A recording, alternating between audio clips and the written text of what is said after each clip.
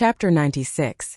Daly's guess. By the afternoon of the next day, Klein had fully recovered from any signs of exhaustion.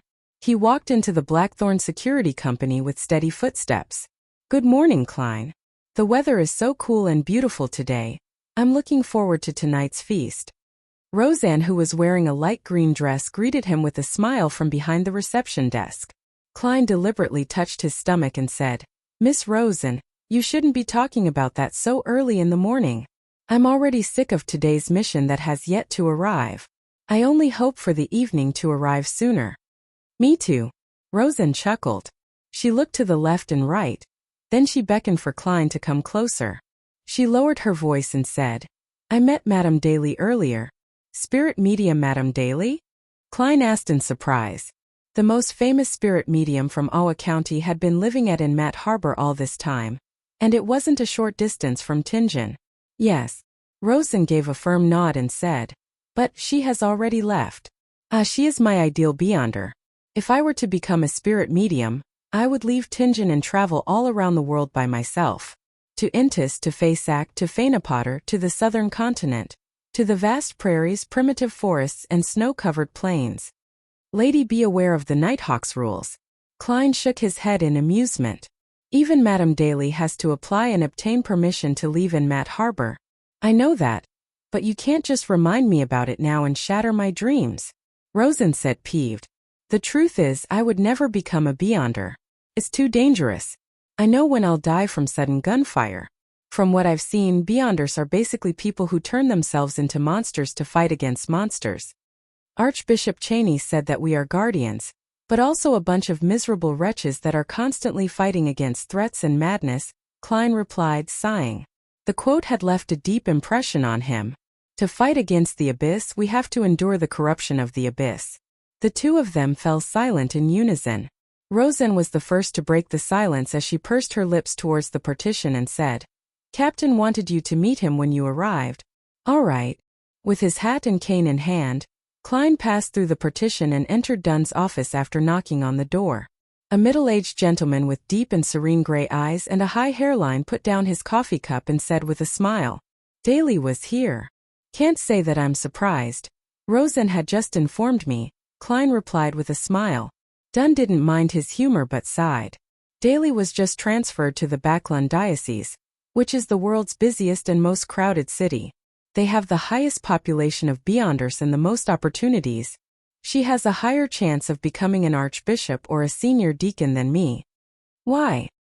Klein asked curiously as he took a seat. Dunn thought for nearly 20 seconds before answering. "She has a unique talent in mastering and exploiting sequence potions. I've mentioned the internal rule of the Nighthawks before. If you want to consume the next potion in the sequence, you'll have to wait 3 years and go through a strict examination to prevent any loss of control. But typically 3 years is far from sufficient. I spent 3 years going from a sleepless to a midnight poet. It took me 9 years to go from a midnight poet to nightmare. A full 9 years. And to go from nightmare to sequence 6, I've already spent 3 years. I have no idea how many more years I need. When our bodies age and our energy starts to decline, even if we overcome the latent dangers, we shouldn't attempt advancing anymore. This is because the risk of losing control at that point is so high that no one is willing to risk it. As for Daly and I, we are different from most beyonders. After she became a corpse collector, she handed in a special application after only a year. She hoped to consume the follow-up potion immediately. What surprised everyone was that she actually passed through the stricter examination and obtained the Gravedigger potion. It only took her 1 more year to go from Gravedigger to Spirit Medium. This year will be her 5th year as a beyonder. She is only 24 this year, young enough to have many opportunities ahead of her. On the surface, she's the most famous spirit medium in Owa County, but she truly is an actual spirit medium. Isn't that acting? Old Neil had apparently mentioned that Madame Daly had similar tendencies. Klein felt that he had grasped the key reason for Madame Daly's quick ascension through the ranks. "Captain, you're young enough as well. You're only in your 30s, Klein comforted Dunn, but added in his heart, "It's just that your memory isn't that great." Dunn drank a sip of his coffee. He shook his head and smiled bitterly. "Why didn't you ask Madame Daly about her method of mastering and exploiting sequence potions?" Klein purposely asked. Dunn put down his coffee cup and massaged his temples as he spoke. She told me to become a true nightmare. I don't know what that means. Play the role of a nightmare. Man, a nightmare sounds sinister. Klein creased his eyebrows and temporarily fell silent. Then, Dunn took out his smoking pipe and sniffed at it. Daly and I discussed the possibility of Seer's follow-up potion being clown. Assuming that the member of the Seers didn't lie to you, she brought up an interesting hypothesis. What hypothesis? Klein asked hurriedly, his eyes turning bright. He had once used a divination method to determine if clown was the follow-up potion of Seer. The answer he received had been vague, but it seemed close to being a confirmation. Dunn's deep and serene gray eyes swept his gaze at him while he said in thought, a normal sequence pathway proceeds in a stepped manner. They advance according to a particular similarity. For instance, sleepless, midnight poet, and nightmare are all obviously related to the darkness of the night, as well as the peaceful sleep and tranquility that is generated from sleep. It can be imagined that every subsequent sequence would have identical traits, only with more power and a wider scope.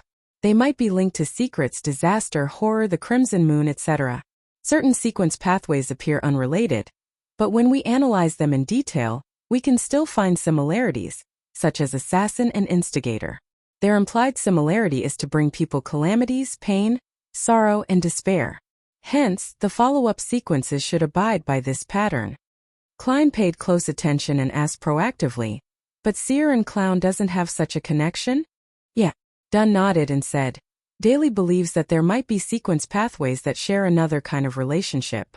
After all, there's a lot we do not know. He paused for a moment before saying, Daly said that, in this sort of pathway, the low to mid-sequence potions would respectively provide the Beyonder an ability that seems brand new and unrelated to the others.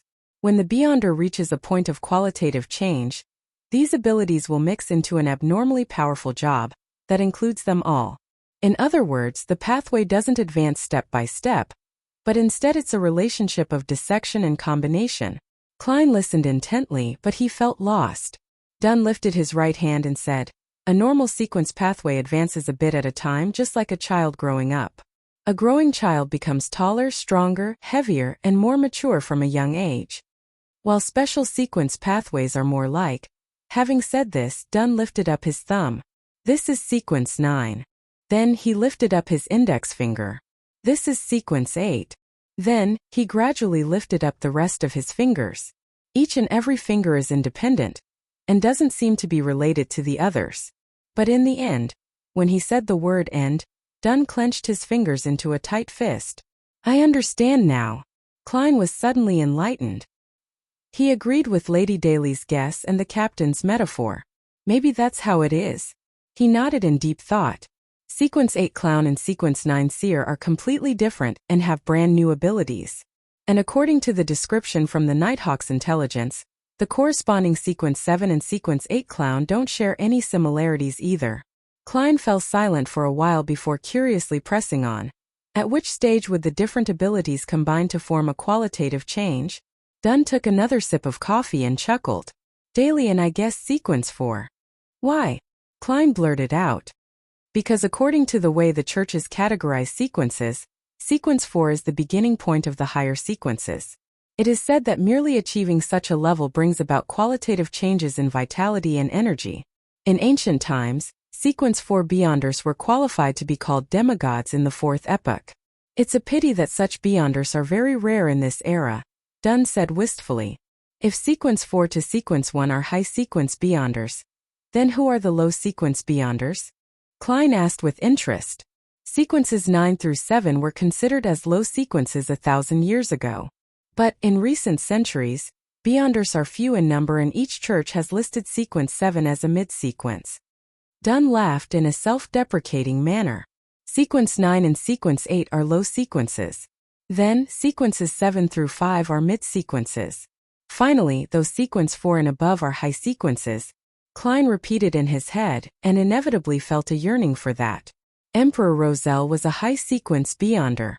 However, the higher the sequence, the greater the risk of losing control. Klein thought to himself in fear. He asked as though in a seemingly casual manner, What is the sequence 4 potion for the Church of the Goddess called? In actual fact, I'm not sure. My security clearance isn't high enough for me to be privy to that information. I'll be able to read them when I become a diocese bishop or Nighthawk's deacon. Dunn shook his head and smiled. In fact, at least half of the church's 13 archbishops and 9 senior deacons at the top of the church's hierarchy are below sequence 4. That's just me being optimistic. The archbishop in Sangwil, who became wanted, lost control when he tried to advance to sequence 4. The one who stole sealed artifact 0-08? His potion was apparently called Gatekeeper. Klein thought and probed. Is Sleepless Sequence 5 Gatekeeper? No, that's in Spirit Medium's pathway. You'll be allowed to access that information when you reach Sequence 7 and become a bishop or a captain of a Nighthawks team. Gatekeeper is Sequence 5 of the Spirit Medium pathway? Does it mean that it's keeping watch over the gates to hell? Or keeping watch over the gates to the spirit world? Klein guessed. Alright, go to Old Neil and continue with your studies. Dunn smiled and said, don't forget about dinner tonight at Old Will's restaurant. Reservations have been made. I'll introduce you to the rest of the Nighthawks officially. Alright, I've already prepared the money. Klein forced a smile. No, there's no need. Have you forgotten that we have additional bonuses? The part about you completing an assigned mission. Dunn waved. Klein was momentarily taken aback before replying with a beaming smile. Alright, Captain. He turned around and walked towards the door while counting inwardly 3, 2, 1. Why didn't Captain call me back? Klein dragged out one for a very long time, only to be surprised that Captain Dunn Smith hadn't forgotten at anything. A miracle. In the armory, Old Neil stole a glance at Klein, who was in a good mood. Don't be obsessed with tonight's dinner. You still have a lot of things to learn, such as more ritualistic magic, ancient Hermes, Dragonish, Elvish, and many more. Yeah, every afternoon besides your day off you have to have at least 2 hours of combat training with an instructor. Combat training? Captain didn't mention it. Klein was shocked. Old Neil nodded and didn't hesitate to answer, he forgot. Chapter 97. Combat teacher at 2 in the afternoon. Outside of a simple 2-storied building that was in disrepair at the outskirts of the North Borough. Klein, who was in his probationary inspector uniform, looked at the weed-filled garden and the vines that had crept up the walls. He turned his head in surprise. My combat instructor lives here? Shouldn't a combat artist who was selected by the Nighthawks be exceptional? Leonard Mitchell, who had guided Klein there, snickered and said, don't underestimate Mr. Gawain because of his residence's surroundings. Although he was never conferred an aristocratic title, he was a true knight back in the day. Having said that, the poetic Nighthawk, who was dressed in a white shirt, black trousers, and buttonless leather boots suddenly felt melancholic. He was active during the waning era of the knights. The warriors donning their armors would storm through enemy ranks despite the gunfire and cannon fire, destroying their enemies and redefining the battle lines. But alas, they were quickly met with the invention of the high-pressure steam guns and 6-barrel machine guns. From then on, the knights had to gradually step down. Mr. Gawain met the same fate. More than 20 years ago, the Awa Knights Order of Chivalry faced the most advanced weaponry of the Intis Republic Army. Sigh, every time I recall this, it seems like I'm touching the dust heaps of history. The poet in me stirs when thinking of this irreversible and fated destiny, but alas, I do not know how to compose the poem. Then what's the point in saying so much? Klein acted oblivious to Leonard's self-deprecation and gave a serious suggestion.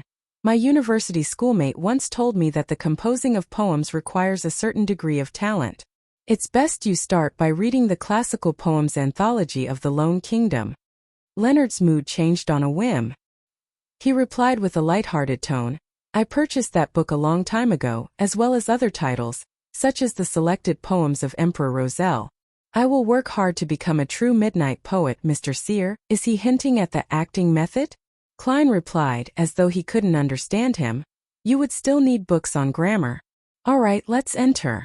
Leonard extended his hand and pushed open the half-closed metallic gates. The two of them then followed the path towards the house. They were still a distance away from the house when Klein saw a tall man walking out from behind the main door. He had short blonde hair, his brows already laced with white hairs. His facial features looked like they had been ravaged through age. His wrinkles were etched deep across his face. "What are you doing here?" the aged man asked in a deep voice. "Mr. Gawain, as per your contract with the police department, this probationary inspector will be learning the art of combat under your guidance," Leonard explained with a smile. "Combat? There's no need to study combat in this era." Gawain looked at Klein with turbid eyes and said in a dead voice, "You should learn how to draw your gun and shoot. You should master the most advanced weaponry." Was this the psychological trauma caused by the 6-barrel machine guns and high-pressure steam guns? Klein didn't give a reckless reply. Instead, he smiled and looked at Leonard. "The art of combat is still a skill a policeman has to master. Most of the criminals we face are not those who must be executed on the spot. Some might not even have weapons. In that case, we have to rely on combat techniques," Leonard said, obviously prepared for the situation. With a dark expression, Gawain fell silent for more than 10 seconds before saying, "Throw a punch." He was speaking to Klein. Klein, who was not holding his cane, remembered the boxing matches he had seen in his previous life. He raised his arm and threw it forward. Gawain's lips twitched indiscernibly. He thought for a moment and said, "Kick." Tilting to the side slightly and twisting his hips, Klein tightened his thigh muscles and kicked forward with his right foot. Cough. Gawain covered his mouth and cleared his throat. He looked at Leonard and said, "I will honor my contract. But based on his foundation, he needs to come here 4 times a week, 3 hours each time for the first month. You're the combat expert. It's up to you." Leonard nodded without hesitation. He smiled and said to Klein, "See you at dinner." After Leonard walked out the metallic gates, Klein asked out of curiosity, "Instructor, how should I begin practicing? Punching or footwork?" As a qualified keyboard warrior, he understood the importance of footwork in combat. Gawain stood akimbo as he shook his head lethargically. "What you need now is strength training. See those? Those are 2 dumbbells made of steel. They shall be your partners for today. Other than that, you also have to practice deep squats, running and rope skipping. Let us take those 1 set at a time."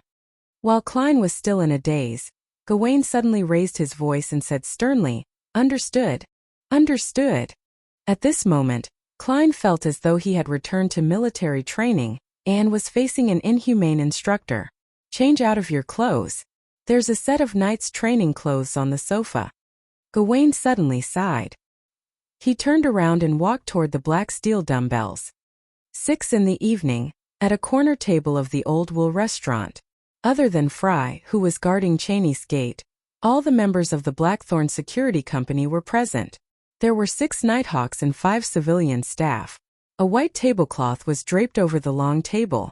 Waiters carried over plates of food, portioned them before serving them to each individual guest. Klein saw steaks drenched in black pepper sauce. He saw bacon, sausages paired with mashed potatoes, egg puddings, asparagus, and specialty cheeses. He even saw rose-colored champagne. However, he had no appetite. The training in the afternoon had nearly made him vomit. Noticing the pale, newly inducted Nighthawk with turbid eyes, Dunn raised the glass of red wine in front of him and laughed. "Let us welcome our newest official member." Klein Moretti cheers. The cold and introverted black-haired lady, Royale Radine, the sleepless Kenley White, the sloppy Leonard Mitchell, as well as the white-haired, black-eyed midnight poet Sikatron all raised their cups and looked at the new member of their team. Klein fought back the discomfort of the training and raised his glass of amber champagne. He stood and said, "Thank you." He clinked glasses with every Nighthawk, tilted his head back, and finished the small amount of champagne. "Is our Miss Author not going to say something on this occasion?" Dunn smiled as he looked at Sikatron. Sikatron was a lady in her 30s. She had average looks but had an exceptional demeanor, one that was quiet and serene. Coupled with her few strands of graying hair, it added a unique charm to her. Klein had heard old Neil mention that this midnight poet had taken on a side job as an author and had attempted to submit her works to newspapers and magazines. Unfortunately, only a few smaller newspapers had accepted them. Sika smiled and looked at Dunn. "In order to make the term Miss Author into a reality, Captain, I think you should give me some funds to self-publish my work." Dunn laughed. "You should learn from old Neil and give me a more suitable reason. I'm most impressed with Mr. Neil in this department. rose and echoed in between her mouthfuls of roast mutton. Amidst the chatter and laughter, Leonard looked at Klein and said with a chuckle, "Are you so tired that you have no appetite to eat?" "Yeah," Klein sighed. "If you haven't touched your food yet, I can be of assistance." Leonard acted as though he didn't want to waste any food. Klein didn't mind. He nodded and said, "That wouldn't be an issue." And with that, a good portion of the food in front of him was eaten by Leonard and the rest. Nearing the end of the dinner, the waiter served plates of beef pudding and ice cream. Klein tasted ice cream and found it cold and sweet. It was particularly appetizing. Before he realized it, he had finished the ice cream drizzled with the blueberry sauce. And as a result of this, he started to feel the hunger pangs. It was a hunger which demanded recharging food that came after intense exertion. Swallowing his saliva, Klein looked to the front, only to see that all the plates were empty. There were no leftovers.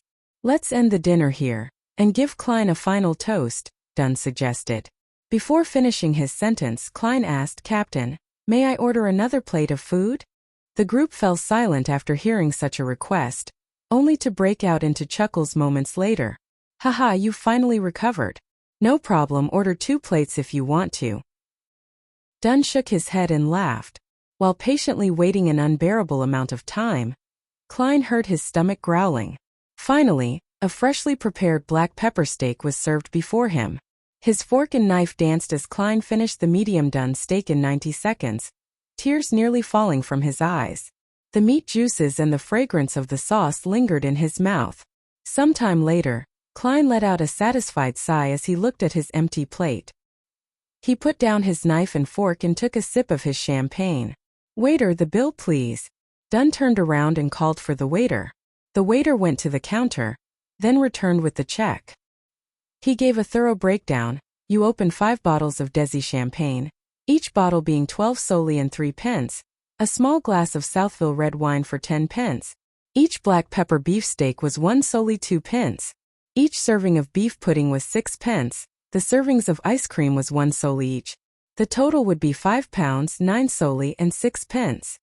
£5, 9 soldi and 6 pence? That's nearly my weekly salary. A restaurant is indeed much more expensive than eating at home." Klein clicked his tongue upon hearing that. He felt lucky that the captain had said that he didn't need to pay out of his own pocket. They had some petty cash from bonus earnings. He calculated the costs carefully and noticed that the most expensive portion of the meal was the alcohol.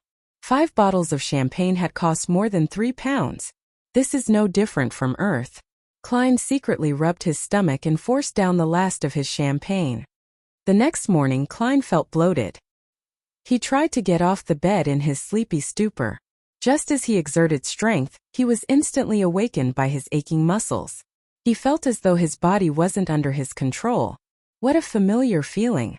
It's the same as that day after we got punished with frog jumps. Today is a rest day, but I still have to pay a visit to my mentor and see if I can borrow the monograph on the Hornacis main peak from the library at the university. Klein's lips twitched as he made his way outside with some effort. He wanted to draw a gasp with every step. "Klein, what happened to you?" Melissa, who had just come out of the bathroom, sized up her brother suspiciously for his odd posture and slow movement. Chapter 98. Mr. Azek, faced with his sister's question, all Klein could do was reply with a regretful smile, "Sore muscles." He originally believed that by consuming the sequence potion, his constitution would be enhanced as a Beyonder, but the harsh reality told him that a seer's stats points were all allocated to his spirituality, mind, intuition, and interpretation. It didn't aid him in adjusting to combat training quickly. As for the original Klein, he had focused on his studies early on and had suffered from malnutrition. That led him to possess a below-average physical condition. The fact that he was having after effects from working out was to be expected. "Sore muscles? I remember you returning after dinner last night and you didn't do anything else. Does alcohol cause sore muscles?" Melissa inquired with an inquisitive look. "Does alcohol cause sore muscles?" Sis, that question can't help but make me have inappropriate thoughts. Klein laughed dryly and said, "No, this has nothing to do with alcohol. It was from yesterday afternoon. I joined the company's combat training." "Combat?" Melissa was even more astonished. Klein organized his thoughts and said, Well, this is what happened. I considered it and believe that as a historical and relic consultant of a security company, it's impossible for me to stay in the office or port warehouse forever. Perhaps there will come a day when I have to accompany them to the villages or an ancient castle, to the site of some relic. That might require me to hike, to cross rivers, and to walk a lot.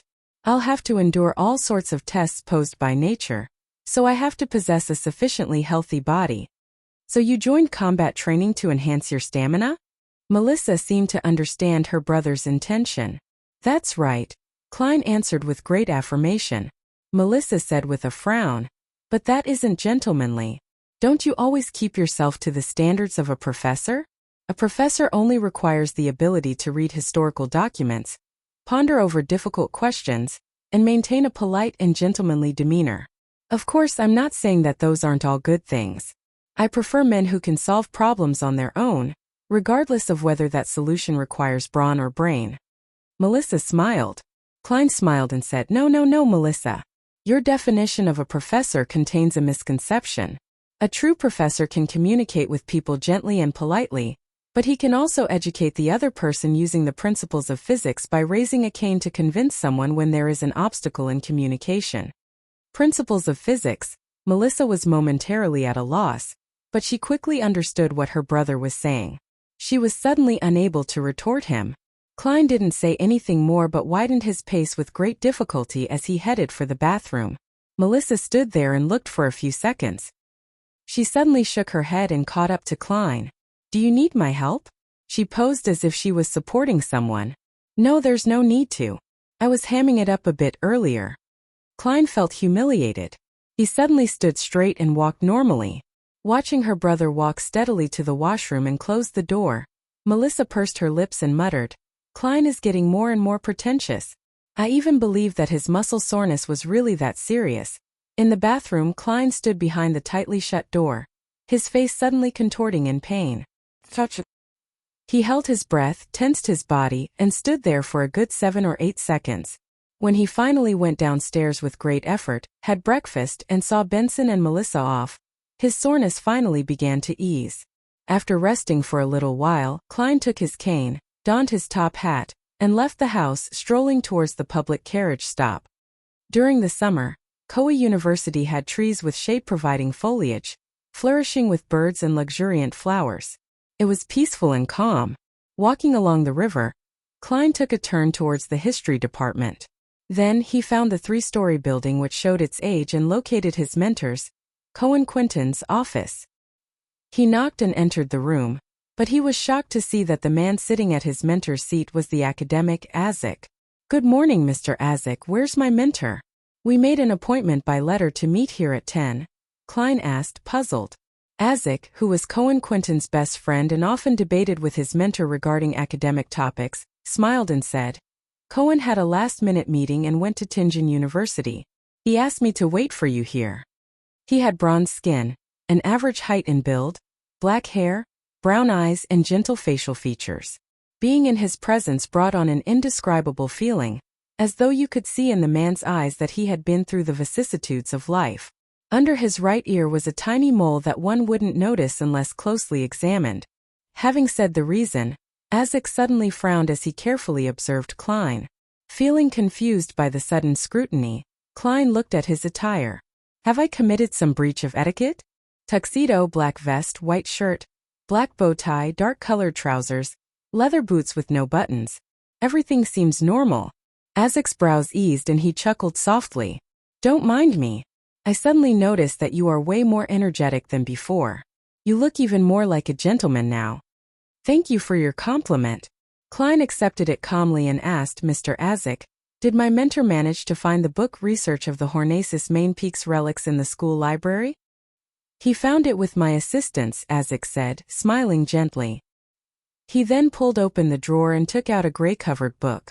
You are no longer a Koei University student anymore. You can read it here, but you cannot take it home. All right. Klein delightfully took the academic monograph, and with a hint of fear. The book's design was fully in line with the current trends.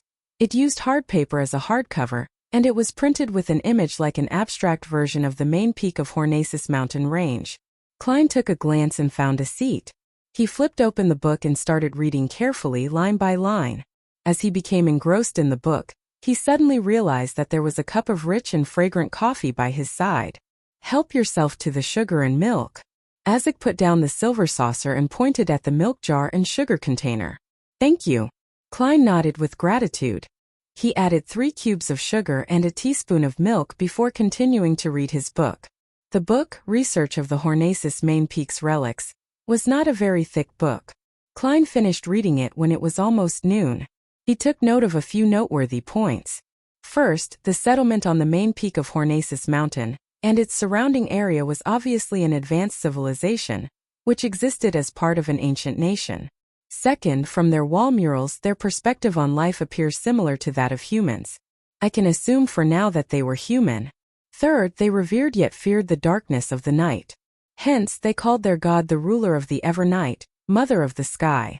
Fourth, the weirdest part is that researchers haven't found any graves in the entire area, which initially seems to indicate that the people didn't need to be buried because they didn't die. However, that would be contradictory to the contents of the wall murals. In the wall murals, the people in the nation believed that death is not the end. They believed that their deceased family would protect them in the night. Hence, they would keep their deceased family members at home, on the bed by their side for a full 3 days. There is nothing beyond that for the wall murals as it doesn't involve burials. Klein took another sip of coffee and continued to write down his afterthoughts in his notebook. Mother of the Sky, Sky Mother is such a grand title. While the ruler of the Evernight obviously overlaps with the Evernight goddess, is this a contradiction at its roots? In the ancient remains on the main peak of the Hornacis mountain range and its surrounding area, every arrangement and decoration was well preserved. Even the wall murals didn't have any signs of damage. Before it was discovered, there seemed to be no disturbance at all. The table was arranged with cutlery, and there were dried stains of rot on the dining plates. In some rooms, there were half-filled bottles of alcohol that had almost turned into plain water. What happened to the nation's people? They seemed to have left their homes in a hurry, without taking anything with them, and they never returned. Considering how there are no burial grounds, this only makes it weirder. The author, Mr. Joseph, also mentioned that when he first discovered the remains, he even had the belief that the people residing there had just vanished all of a sudden. Klein stopped writing and cast his gaze at an illustration. On John Joseph's third visit to the main peak of the Hornacis mountain range, he had used a new camera model to shoot a monochrome photograph. In the photo, the lofty palace had a collapsed wall and was overgrown with weeds. It followed a grandeur style for its design. When he flipped to the photograph, Klein's first thought was that of the palace he had seen in his dream. The two styles were identical. The only difference was that the one he had dreamed of was on a peak, and it was way more magnificent. It also had a huge chair, a seat of honor, that looked like it didn't seat a human. Countless translucent maggots clustered together and squirmed slowly beneath the chair.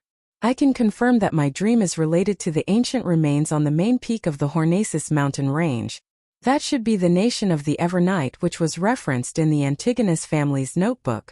Klein nodded slightly and closed the book. At that moment, Isaac, who was sitting opposite him, touched the inconspicuous mole under his right ear and said, "How was it? Found anything?" "Quite a bit. Take a look, I've written so many pages of notes." Klein pointed at the table and smiled. "I don't understand why you're suddenly so interested in this matter." Isaac sighed and said, "Klein, when I was studying at the Backlund University, I had dabbled with some divination and did quite a bit of research on that. Well, I discovered that there is disharmony in your fate." "What? Divination? Are you talking to me about divination?" As a seer, Klein looked at Isaac the academic in amusement. "How is it disharmonious?" Isaac thought for a moment.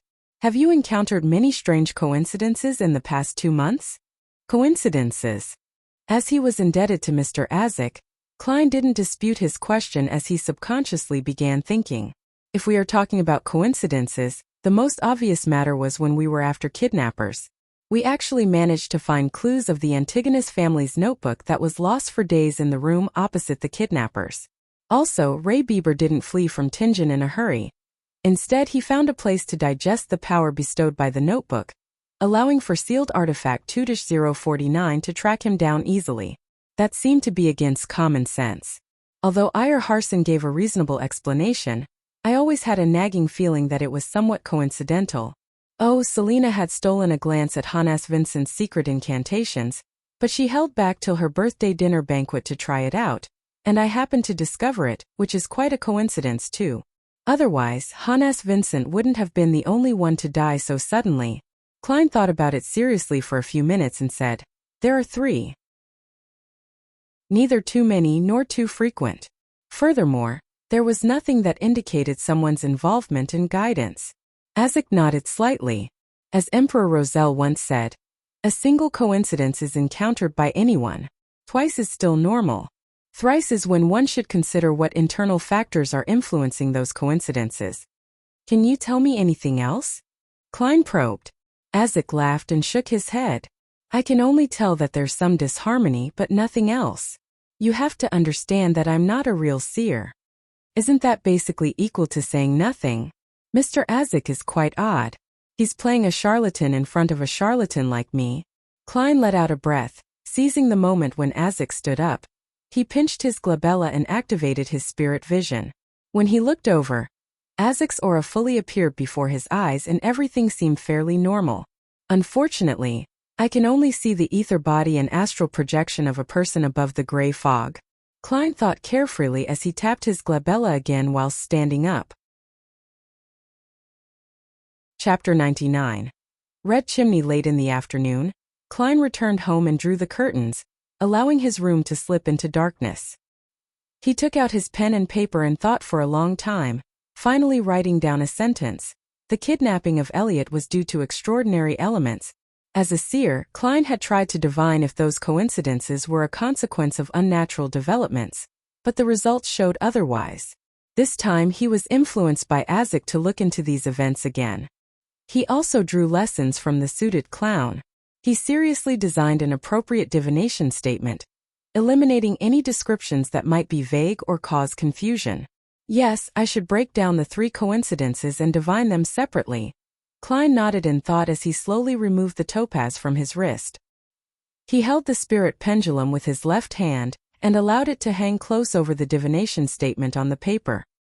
He collected himself and entered a state of cogitation. With his eyes closed, Klein started chanting repeatedly. The kidnapping of Elliot was due to extraordinary elements. As he recited the statement over and over again, Klein opened his eyes and looked at the pendulum, only to see the topaz turning counterclockwise slowly. "It's still a negative," Klein muttered to himself. He designed several other divination statements but the results persisted. There was nothing strange about that incident. He then separately divined the event of Ray Bieber's stay in Tianjin and Selina's magic mirror divination incident, but the answers for both events were normal. Was I, a real seer, frightened by the charlatan Mr. Azek? Besides, Captain and the others didn't feel that anything was off. Klein laughed and shook his head. But he remained cautious. He planned on using the dream divination technique to get a final confirmation. After some thought, he changed the divination statement to fit the change in method. The true reason for Elliot's kidnapping. As he scribbled with the fountain pen, Klein paused and pondered over his words. After reading it over and over again, he tore the slip of paper and walked toward his bed. He relaxed and laid down. With the divination statement in hand, Klein quickly fell asleep with the help of cogitation. He found himself in a contorted, broken world. Regaining his senses, he began swimming through the blur. Gradually, he saw the few kidnappers. He saw them lose their final chip at a gambling table, saw them obtain guns from underground sources, and saw them survey the area. They even rented the apartment across Ray Bieber's apartment as their hideout. These didn't form a continuous scene. Instead, they were presented in the form of flashing pictures. Klein couldn't find anything that was abnormal. Furthermore, it had also aligned with the statements given by the kidnappers. After exiting the dream, Klein separately divined the other 2 incidents but had the same result. Their developments followed logic. The coincidences were really coincidences. I was indeed overthinking things. Mr. Azek is merely a divination enthusiast. Klein stabilized his pendulum and shook his head with a bitter smile.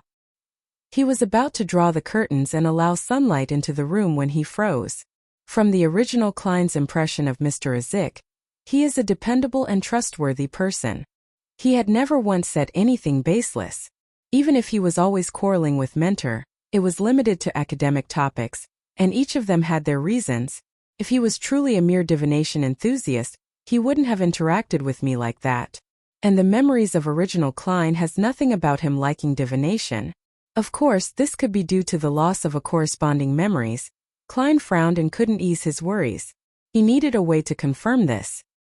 He suspected that Mr. Azik had unwittingly come across some insider information and was trying to remind him by using divination as an excuse. How should I confirm this?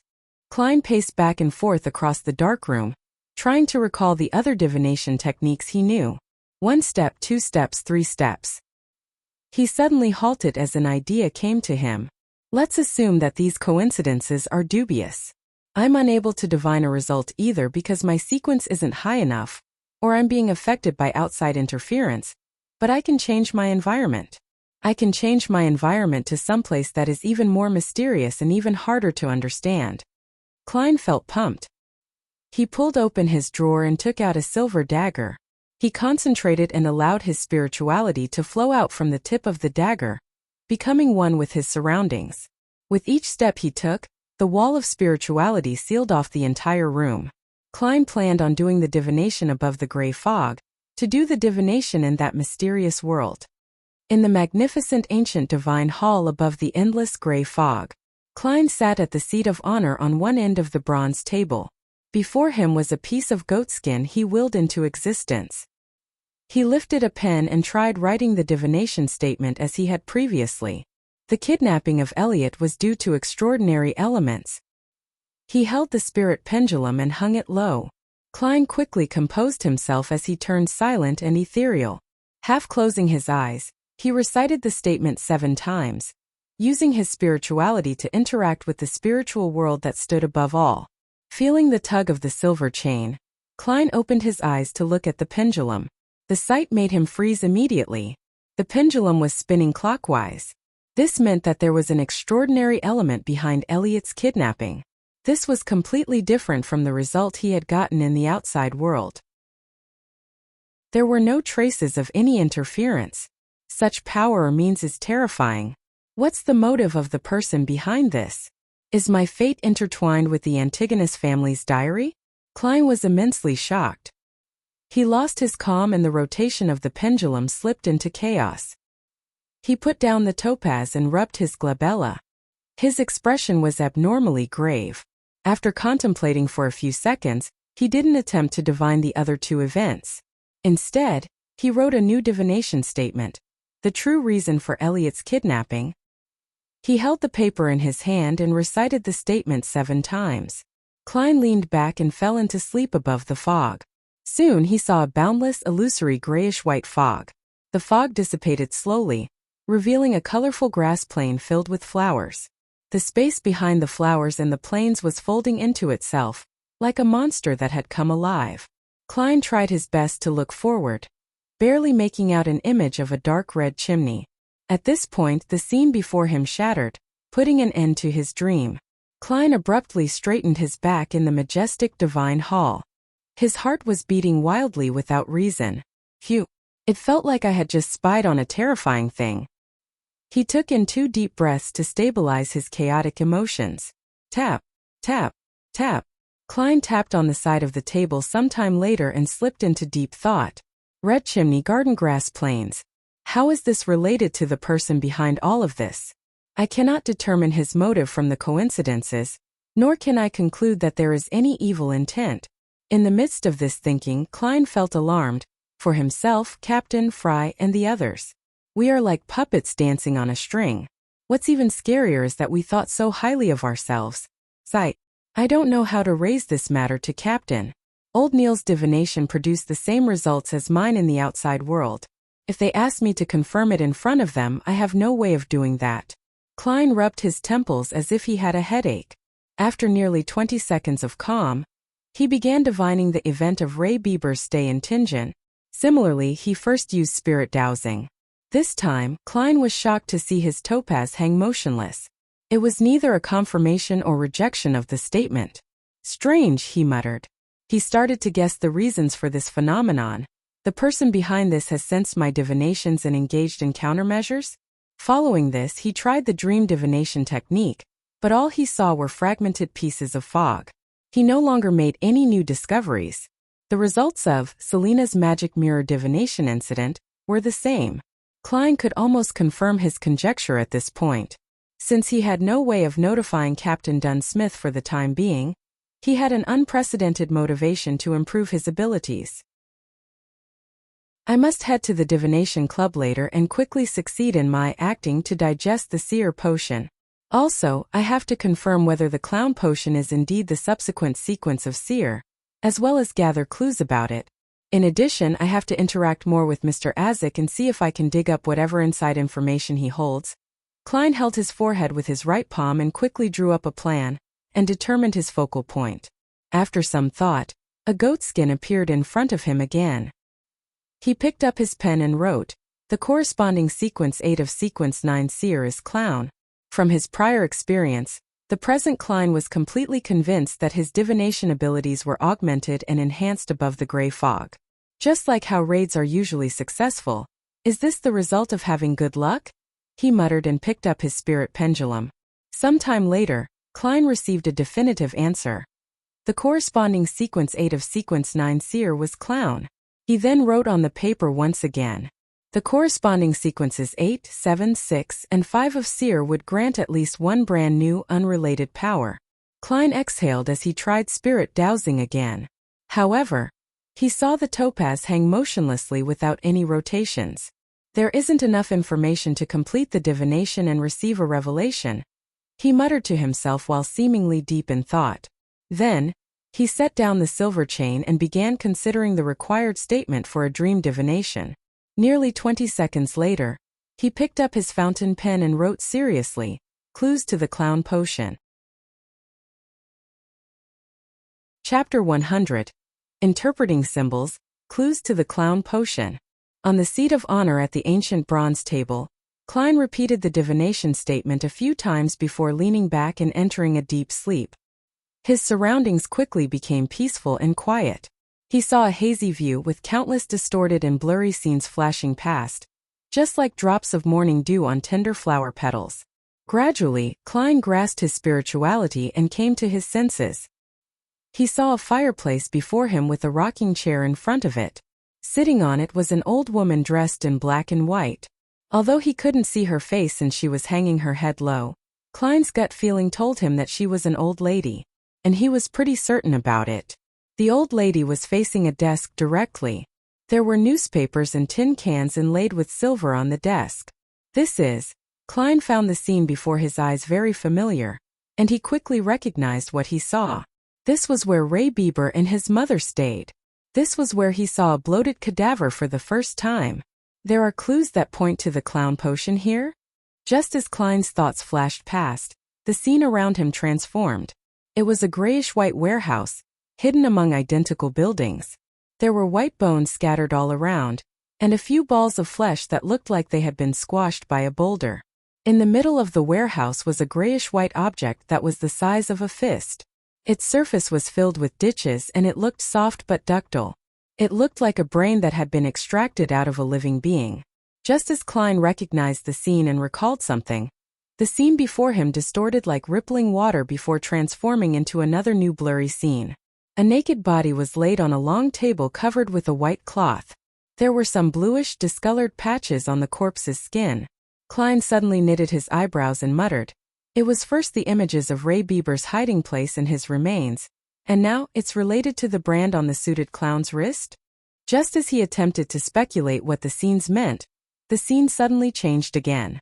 A marble coffee table, a set of 2 leather couches, and a chandelier that hung high on the ceiling. There were 3 people, Klein Moretti, who had black hair, brown eyes, and a scholarly temperament, a wealthy man with a chubby body and pale skin, and a beautiful young lady with fishnet gloves. Following that, it was another 3 people and an object, a middle-aged man in a black robe who had thick spiky brown hair, a wealthy man with a chubby body and pale skin, a half-century-old elder with messy eyebrows, thin brown hair and gray-blue eyes, and a black notebook on the round table in between all of them, a notebook that exuded an ancient and distant air. The Antigonus family's notebook. Klein suddenly sat up straight and the dream vanished. Looking outside the divine hall where there was boundless gray fog and crimson stars, he thought in both shock and confusion. I was divining for clues to the clown potion.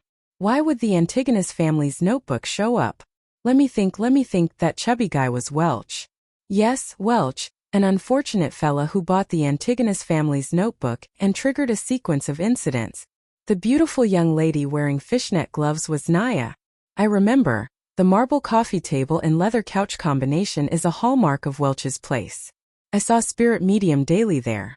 In other words, what I saw was Welch's living room. It was a scene where the original Klein and his two classmates were discussing the notebook. Klein calmed himself down and tapped on the edge of the long bronze table rhythmically. Then what does the last scene represent? The notebook appeared, Welch appeared. Could it be the scene where he bought the ancient item? There were another two people, and one of them looked very familiar. I feel like I've seen the middle-aged man in the classic black robe somewhere before. That spiky brown hair, severe dark eye circles. Yes, I know who is he now. Hannes Vincent from the Divination Club. The Hannes Vincent who died peacefully after Captain snuck into his dream, having learned that Selena secretly obtained the secret incantation from him. No way, he was the one that sold the notebook to Welch? Everything appears to be coming full circle. The world sure is small, no, Tingen is really small. On careful thought, it really is a possibility that Hannes Vincent wasn't an ordinary fortune teller. He was obviously deep into mysticism, and obtained the attention of an ancient evil god. He had the channels, ability, and opportunity to acquire the notebook that was accidentally released by the secret order. It's no wonder Captain and company never figured out where Welch bought the notebook. Their investigative approach was entirely wrong. They had attempted to investigate via the antique market. But when the actual whereabouts of the notebook was found, they gave up on that lead. What a pity Hannes Vincent just passed away not too long ago. Otherwise, we definitely could have found out something regarding the notebook. Since he was involved in mysticism, he should have researched the notebook. His death was way too coincidental. However, there was another person at the scene, a man in his 50s. He might know quite a bit of what happened. Klein stopped tapping his fingers on the edge of the table, and looked through every scene of his dream divination once more. Ray Bieber's house, Ray Bieber's hideout spot, the remains of Ray Bieber, the brand on the suited clown's wrist, Welch's house, Welch, Naya and original Klein's exchange, Welch, Hannes Vincent and the Antigonus family notebooks group photo. Besides the brand on the suited clown, everything else is directly related to the Antigonus family's notebook. But I had divined for clues to the clown potion. This isn't scientific, nor does it make mystical sense. After becoming a seer, Klein once tried to divine where Welch had bought the Antigonus family's notebook, but he never considered using the unique qualities that the area above the gray fog possessed. As such, he had failed to receive any revelations, but now, he had chanced upon the truth by divining something separate. After spending nearly 20 seconds to calm down, Klein summarized the context provided by Roselle's diary, and attempted to interpret his dream divination. The first possibility, Zeradol, or should I say the secret order, was searching and pursuing the relics of the Antigonus family. So, the symbolic meaning of the dream is to use matters related to the Antigonus family to lure the secret order into appearing, so as to obtain the clown potion's formula. The second possibility, the clown potion's formula is directly recorded in the Antigonus family's notebook. The fact that the Zeradol family is seeking the relics of the Antigonus family implies that they share very deep connections. They could have been allies or enemies. Hence, it seems fairly natural that the Antigonus family possess parts of their sequence. Things would be obvious if they were allies, but enemies are the ones who would know each other the best. But the second explanation wouldn't be able to link it to the brand on the suited clown. Sigh, I do wish that the second explanation were true though. When the Holy Cathedral finds an expert to interpret the notebook, I would be able to obtain the clown potion without any risk. It seems that the first explanation is the most plausible. My gut feeling as a seer tells me that there might be a deeper symbolic meaning. Having thought of this, Klein massaged his forehead and suddenly realized the limitations of a seer. Unless it was a very simple and straightforward sign, a seer had to be extremely careful when making interpretations. It was just like walking on the edge of the abyss, or walking on a thin layer of ice over a lake's surface. The suited clown's outcome was an actual and bloody example of what a single mistake in interpretation or failure to grasp a key point could result in. In that instant, Klein had an illusion of himself mastering the true essence of a seer. He seemed to be just one step away from digesting the potion completely. "Thank you for enlightening me with your life," praised the lady. He muttered and drew a crimson moon before his chest. Then he divined whether Azik had good intentions or if he was an amazing beyonder. He received confirmations for both of them. Eventually, the continuous divinations exhausted Klein. He had no choice but to stop churning through his thoughts and decide on the crucial matters that he needed to attend to. "I have to find the man that appeared in the same scene with Welch, Hannes Vincent, and the Antigonus family's notebook as soon as possible. I can begin my search with the Divination Club. I can't just confront Mr. Azik. Yes, he might be a mid-sequence beyonder of the life school of thought, but there's a lack of information, making it impossible for me to divine." Phew. Klein let out a breath and conjured the portrait of the half-century-old elder with messy eyebrows, thin brown hair, and gray-blue eyes on the goatskin that appeared before him. This was the third person present when the Antigonus family's notebook was traded between Welch and Hannes Vincent. Looking at the portrait, Klein suddenly fell into a dilemma. "I can't draw. During art class in primary school, I was always the one receiving the greatest criticism from the teachers. Should I use ritualistic magic like Old Neil? This was done by praying to the goddess. If I were to use the uniqueness of the area above the gray fog, I would be in trouble if the divinities noticed something amiss. Hold on a second, perhaps I can pray to myself. Transmitting images and transmitting voices are similar. Although I'm temporarily unable to access the mysterious power above the gray fog, accomplishing such a minor matter shouldn't be a problem." Having thought of this, Klein immediately emanated his spirituality to envelop himself to stimulate the feeling of falling. Back in his bedroom, he lit the gas lamp and prayed, "The fool that doesn't belong to this era, you are the mysterious ruler above the gray fog. You are the king of yellow and black who wields good luck. I pray for your revelation and pray that you allow me to draw what I've seen." After reciting the incantation, Klein didn't splash essential oils or burn any herbs to gain the help of their powers. It was just that informal when praying to oneself. There were suddenly murmurs in his ears as he saw the 4 black dots that formed a square surface on the back of his hand. He walked 4 steps counterclockwise and recited the incantation before penetrating the maniacal chaos to return to the area above the gray fog. This time he didn't see any of the crimson stars shrinking or expanding, but behind the seat of honor at the long bronze table, the strange symbol formed by a partial pupilless eye and partial contorted lines shimmered weakly as it produced illusory prayers. Klein held his ear to it and listened. After making sure that there were no mistakes, he conjured the portrait of the third person and cast it towards the flowing light in accordance to the prayer's format. After everything was done, he immediately left the mysterious world above the gray fog and returned to his bedroom. Just as he found his footing, a portrait surfaced immediately in front of Klein's eyes. Furthermore, he sensed a weak and illusory power augmenting him. He picked up a fountain pen and found a piece of white paper and expressed his intent. Klein was surprised to find his right hand moving uncontrollably as it quickly drew lines. Before long, he saw a lifelike portrait of the third person. After writing down the hair and eye colors, as well as other unique characteristics, Klein heaved a sigh of relief despite the spasms of his right hand. The illusion before his eyes rapidly dissipated. Chapter 101. Unexpected Clue House Street Divination Club. Klein pressed down on his half-top hat and walked along the stairway towards the main door. He wasn't dressed in his usual formal wear. Today he was wearing a white shirt and a light-colored vest, paired with a thin black windbreaker, making him look more spirited than he had before. This set of clothing was more suitable for combat and had only cost him £1, including the fee for the small pocket that he had sewn into the vest. Compared to the suit he had purchased, it was so cheap that it brought tears to his eyes. He stroked the revolver in his holster, as well as the metal bottles in his tiny inner pocket. Klein then took out the portrait and entered the divination club. Without any surprise, he met the beautiful attendant Angelica. "Good afternoon, Mr. Moretti. I thought you would come only a few days later." Angelica was taken aback at first before she immediately revealed a brilliant smile. Klein took off his hat and sighed. "Good afternoon, Miss Angelica. I had a dream at noon. I dreamed about Mr. Hannes Vincent and matters regarding him.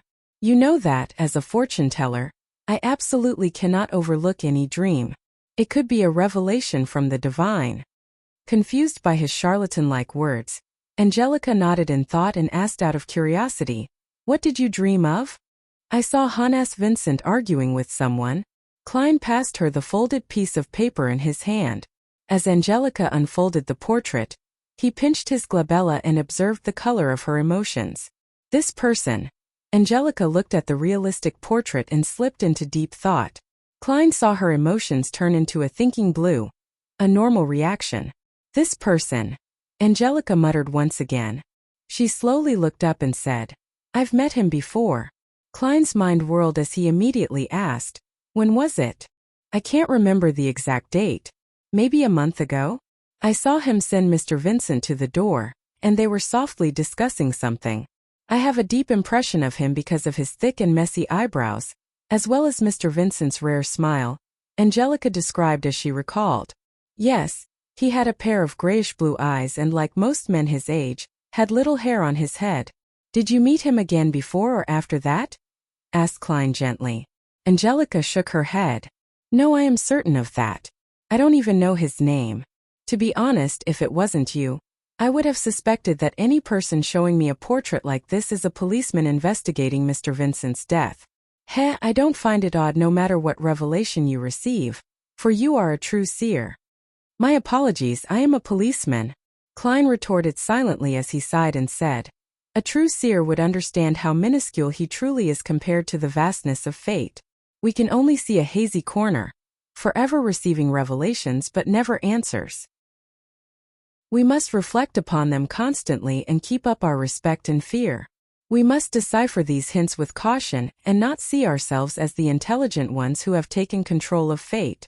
By summarizing what he had figured out over the past few weeks, Klein suddenly realized that his spirit vision turned clearer. He could even faintly make out the details within Angelica's aura.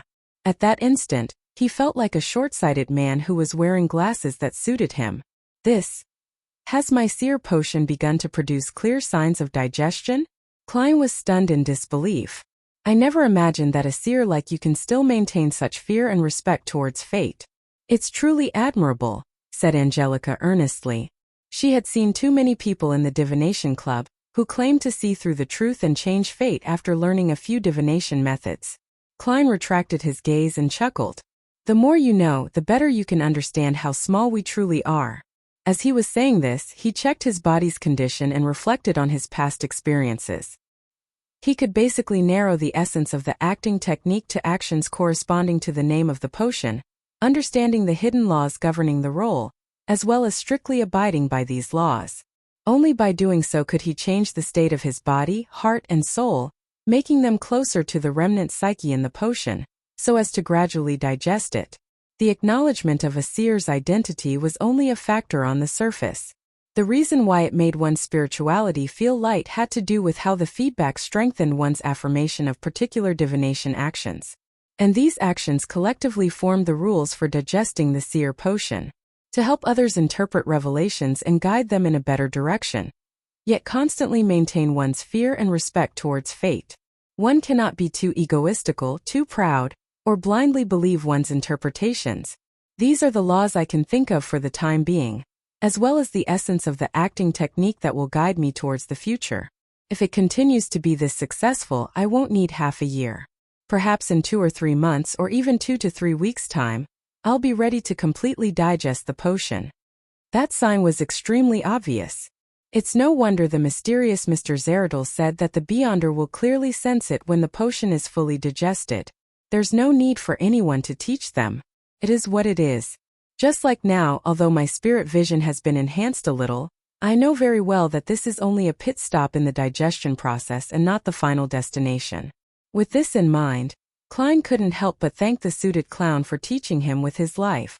If it wasn't for him, he would probably spend months at the divination club, summarizing the rules of a seer through numerous attempts, for better or for worse, before he began acting strictly. Mr.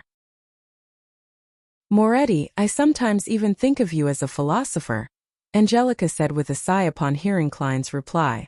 In my circle of friends, the term philosopher is used to scold somebody. Klein was in a good mood.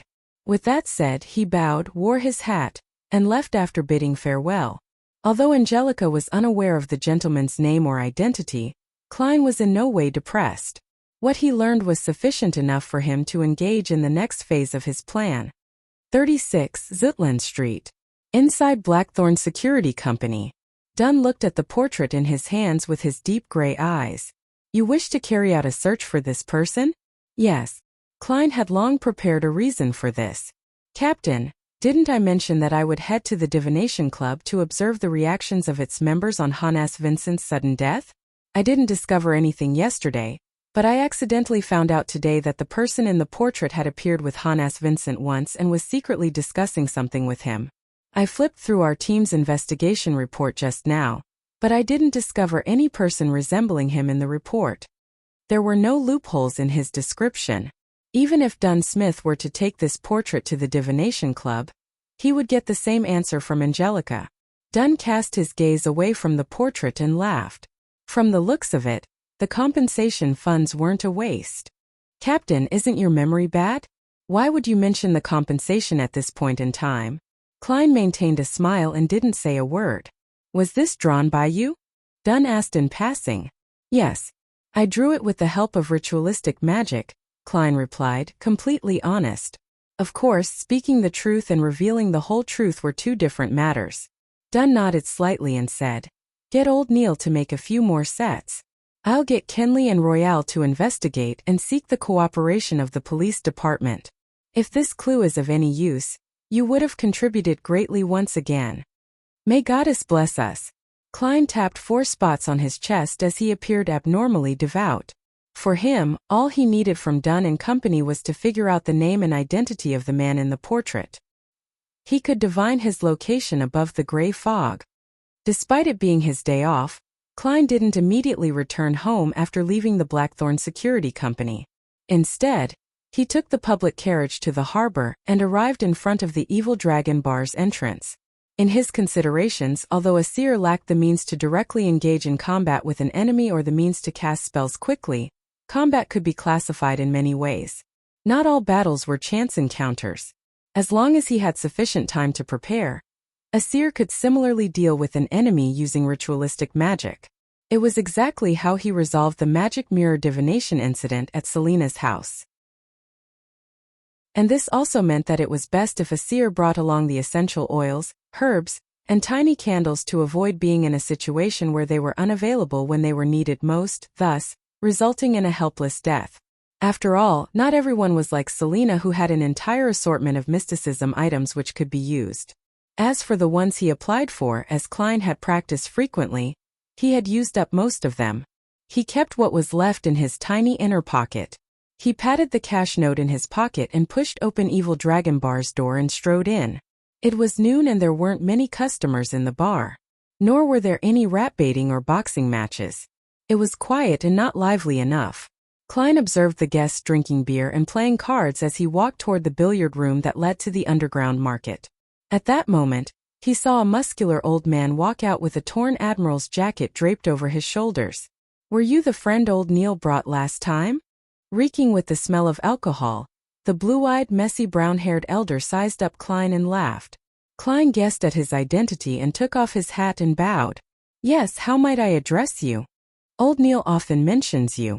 I'm the boss here, Swain. The blue-eyed elder's arms were thick and brawny. He had firm muscles and had the bearing of a military officer. Former Tinjin mandated Punisher captain. Rumor has it that he was once part of the Royal Navy. Klein replied politely, yes. If you're in need of money, feel free to approach me. Swain laughed as he mentioned before walking towards the bar counter. At that moment, Klein's heart stirred as he immediately shouted, Wait a moment, Mr. Swain. I have something I would like to ask of you. Swain halted in his steps, turned halfway around, and said with a chuckle, you look, well, very similar. No, I'm not having memory issues. The corner of Klein's lips twitched as he pointed at the portrait he drew and asked, have you met this gentleman before? He suddenly realized that Selina had likely been brought by Hannes Vincent to the underground market. This resulted in Elizabeth's knowledge of the evil dragon bar as well. Then, could the man in the portrait who had some relationship with Hannes Vincent have come here before? Swain took a careful look and replied affirmatively. I remember him. He had asked me if I had documents or items related to the main peak of the Hornacis mountain range. Documents and items related to the main peak of the Hornacis mountain range? Klein was taken aback as he suddenly connected that to another matter. Back when he was borrowing the journal issue related to the main peak of the Hornacis mountain range at Deweyville Library, the librarian had casually mentioned that someone had just returned it. Therefore, he still remembered very cleverly, and didn't need to flip through his name cards to determine if the man existed. Could the gentleman who borrowed the journal issue before me be the one in the portrait? The gentleman that had witnessed the exchange of the Antigonus family's notebook. Chapter 102. Cloth merchant. The more Klein thought about it, the more likely it seemed. Otherwise, who would have borrowed those random journal issues for no reason? Yes, research regarding the main peak of the Hornacis mountain range is quite an unpopular field. Other than the corresponding lecturers and associate professors, the common hobbyist would have never heard of it. Even the original Klein, who was a history graduate, only knew about it from the Antigonus family's notebook. Although Tingen is a city of universities, there wouldn't be that many people who would be interested in the topic. And even if there is anyone interested, most of them would remain within the university's compounds. There would be no need to borrow the book from the Deweyville Library. The most important point is that the book happened to be borrowed only recently. By analyzing it this way, there really is a problem. I wasn't sharp enough and failed to realize it. It looks like I have no talent at being a detective or acting like Sherlock Holmes. While these thoughts raced through his mind, the boss of Evil Dragon Bar, Swain asked in puzzlement, is there a problem? Since there were customers and bartenders around, he could only ask indirectly. Nothing at all. I'm just wondering how I can investigate this gentleman. As you know, Hannes Vincent died at his home. Klein had long prepared his excuse. He didn't want to make the mandated punishers become interested in the ancient relics from the main peak of the Hornacis mountain range. Vincent was one of the rather famous fortune-tellers in Tingen City. He often came here. Swain had indeed given a perfunctory answer, but as he recalled, he said, now that I think about it, the gentleman in the portrait did come together with Vincent at the very beginning. That is exactly what I wanted to know. Do you remember his name? Klein pressed immediately. Swain shook his head and chuckled. I won't ask for my customers' names or identities unless I knew them to begin with, like old Neil. All right then. Klein deliberately revealed a saddened look. To him, it didn't matter if Swain knew because he could check the Deweyville Library. To borrow books from a privately funded library, he had to leave personal information, and his identification must have had sufficient credibility. After all, Klein had relied on an introduction letter from a senior associate professor before he obtained a library card. Even if the gentleman had forged his information, it is very likely that he left some clues which can be helpful to my divination. Klein watched Swain as he returned to the bar counter before entering the billiard room in deep thought. He wasn't in a hurry to head to the Deweyville Library for his investigations. He planned on completing his purchases first. After all, it was unknown if he would encounter danger and be required to use ritualistic magic for subsequent developments. After passing through a few rooms, Klein arrived at the underground market. There were a few stalls and customers, a clear indication that it wasn't peak hour yet. Just as he took a step forward, he suddenly saw the monster Adamasol, who could smell the scent of death, standing in a corner. The young man was pale, and his eyes gave off a hint of terror and madness. He had also noticed Klein as he looked over.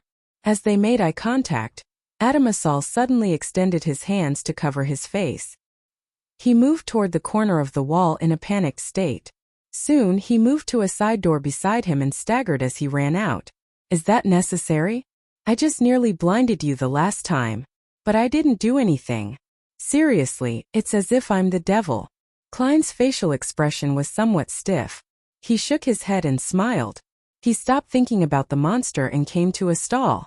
He started shopping with a goal in mind. After about half an hour, Klein spent a few pounds, which was most of his secret stash of money. He counted the 3 pounds and 17 soldi he had left, and he felt his heart ache.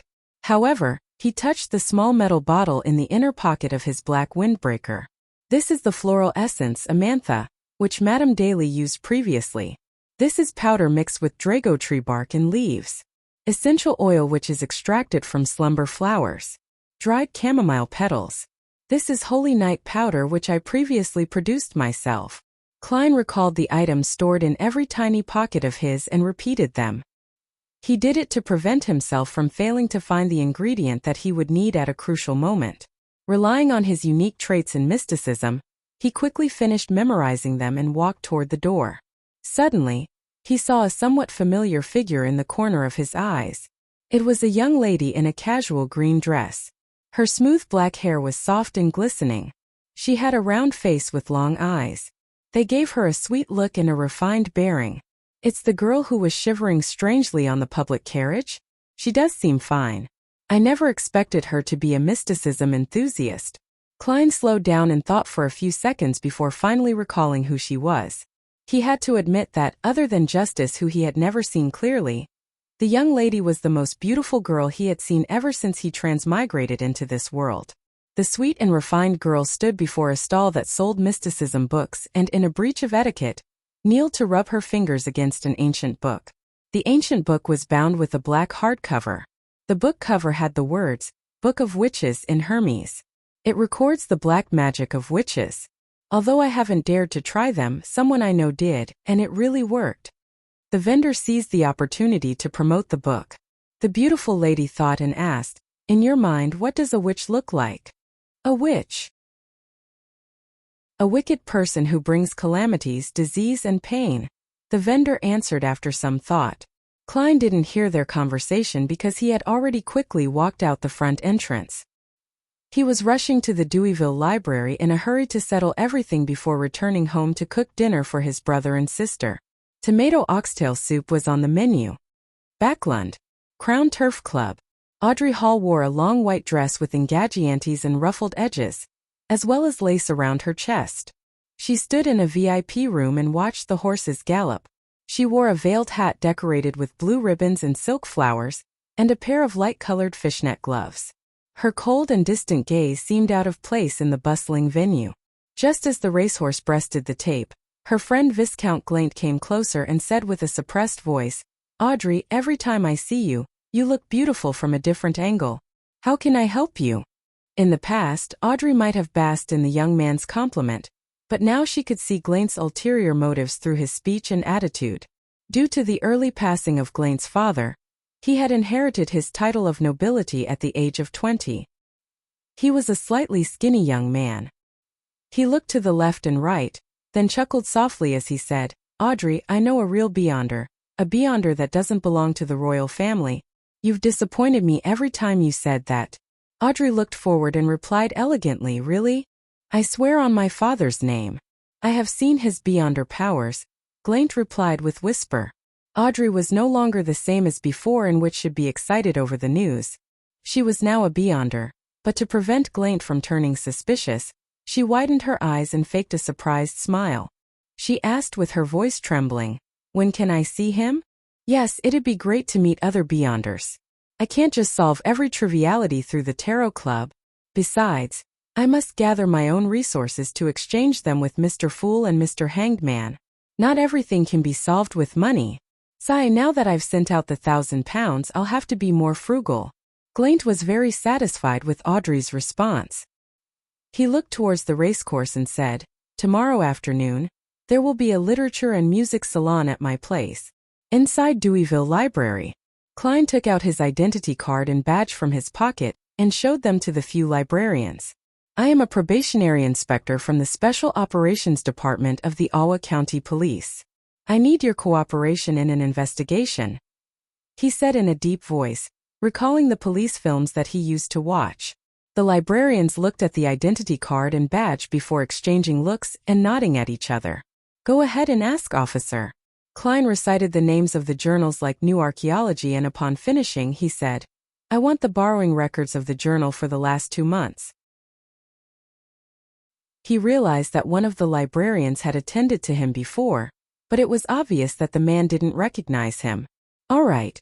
Hold on a second." The librarian started searching and quickly found the recent borrowing records. Klein flipped through the records seriously, looking for the man who had borrowed the same journal as he did. There weren't many names since there was only one. He had borrowed the journal several times, including the issue that Klein knew of. The earliest entry was at the end of May, and the most recent one was last Saturday, a day before Hannes Vincent's death. Klein ran his finger over the borrower's information and memorized it. Sirius Arapis, cloth merchant, residing at 19 House Street. Chapter 103. Doing as the heart willed. He resides at 19 House Street? Whilst memorizing the information, Klein keenly noticed a piece of information. Yes, Welch stayed on House Street. The Divination Club is on House Street. This cloth merchant named Sirius Arapis also lives on House Street. From the looks of it, it's nothing strange for Welch to know Hannes Vincent either. They might have even gotten to know each through Sirius Arapis. Suddenly, Klein felt that he had linked the clues together as his thoughts turned clear. He was originally confused as to how Welch would be acquainted with Hannes Vincent, since this son of a banker wasn't particularly interested in mysticism. To him, money was more important than divinations. But now, Klein felt that he had an inkling as to how they became acquainted. According to the descriptions of several magazines, middle-class and wealthy residents would gladly pay a visit to their neighbors from the same social class in order to form a social circle which is beneficial to them. Similarly, Welch and the cloth merchant, Sirius, absolutely have the motivation and opportunity to become friends since they both lived in the House Street vicinity. It isn't hard to understand how Sirius knew Hannes Vincent, who regularly went to the Divination Club on House Street. Perhaps it was a coincidental meeting, or perhaps Hannes had helped him out before. Regardless, this made it possible for the two of them, who frequently ran into each other within the same area, to become closer to one another. Hannes Vincent wanted to sell his ancient books, and thus Sirius introduced him to Welch, who was an undergraduate of the history department. In Hannes' dream, there was the figure of the suspected evil god, the true creator. He also knew of the proper incantation format. This proves that he was very deep into the realm of mysticism. The possibility that he might have even been a member of some secret organization cannot be dismissed. I cannot rule out the possibility of him joining some secret organization under Sirius's influence. With ideas coming to him so easily, Klein could tell that the information the man had left behind had a certain level of credibility without even using divination methods. Even if he isn't called Sirius Arapis, nor work as a cloth merchant, and doesn't live at 19 House Street, he definitely resides at House Street, or at the very least, somewhere nearby. While these ideas ran through his mind, Klein viewed the borrowing records once again with this new train of thought. The last time he came to Deweyville Library was last Saturday, a day before Selena's birthday party, which was also a day before Hannes Vincent died. Several days have already passed since then, but he hasn't returned the issues that he borrowed. According to past records, if he only borrowed 2 issues, he would usually return them the next day. Could this mean that he knows of Hannes' death and was scared to the point that he no longer dares to come to the Deweyville Library again? Yes, he started by borrowing several unrelated history books and journals until he narrowed down what he needed, which is very similar to what I had read. This means that there was no one teaching him. There was no senior associate professor from the history department of a university. He did this completely through trial and error. What would a shock target do? 2 choices. 1. If he had all the necessary information, he would head straight to the main peak of the Hornacis mountain range. 2. If he still lacks information, he would lay low and observe the situation. He would only show himself again if he's certain that Hannes' death wouldn't implicate him. Having made this conclusion, Klein closed the borrowing records and returned them to the librarians. He then took out the portrait and asked if anyone had seen the man. Unfortunately, many people came to borrow books every day, and the librarians didn't have any impression of the average person. All right, thank you for your time. Klein put away his identification documents and his badge. He had no intention of continuing the investigation alone. This wasn't only dangerous but also troublesome. He planned to head to Zitland Street once again and hand the case over to Captain and his teammates. He then planned to go home and prepare his tomato oxtail soup for his siblings before heading to the world above the gray fog to divine the target's whereabouts and condition. "Officer, is there anything else?" a librarian asked sincerely as he heaved a sigh of relief. Klein nodded slightly and asked, "No, I will come back if there are new clues." He held his black cane with his left hand and made his way to the door. At this moment, he saw a man enter the library with his head hung low. He was dressed in a double-breasted coat, its collars standing tall. When they walked past each other, Klein caught a glance of his thick, messy brows, and his pair of grayish-blue eyes. These were things the tall collar couldn't hide. Serious? Serious Arapis? A coincidence? Klein froze. He didn't expect to meet his target here. What kind of luck was this? Wasn't this too much of a coincidence? He evaluated his physical condition and felt his aching sore muscles. Thus, he acted as though nothing had happened and continued walking towards the door. Well, we have to follow what our heart tells us. Safety matters. It doesn't matter if I missed this opportunity as long as Sirius is still in Tingen. At this moment, the man in the double-breasted coat arrived before the counter and was handing the journals to one of the librarians. "It's a return," he said with a soft, muffled tone. The librarian received the journals causally, and when he saw it, he suddenly froze. He subconsciously looked up indifferently as his body couldn't help but tremble. "Is there a problem?" the man asked in a deep voice. His question seemed like a spark that ignited a fuse, causing the librarian to instantly lose his self-control. He sprinted to the side and shouted, "Officer! The criminal is here." At this moment, Klein, who hadn't left the building, cursed madly in his heart. He instinctively reached for his holster with his right hand and drew his revolver. That man froze for a moment before turning and breaking into a sprint. But he didn't head for the door. Instead, he escaped in the direction of the oriel window to the side, as if he wanted to smash through the glass and jump out onto the street. Klein, who was flustered, turned his head to see the scene when he felt a sudden calm. He realized that even though he was afraid of the target, his target was more afraid of him. The man must be unable to determine my abilities in such an abrupt meeting. He isn't clear on what I am adept in, and so, he will instinctively avoid a direct confrontation and look for other ways to escape. Confident of his analysis, Klein lifted his revolver and pulled the trigger.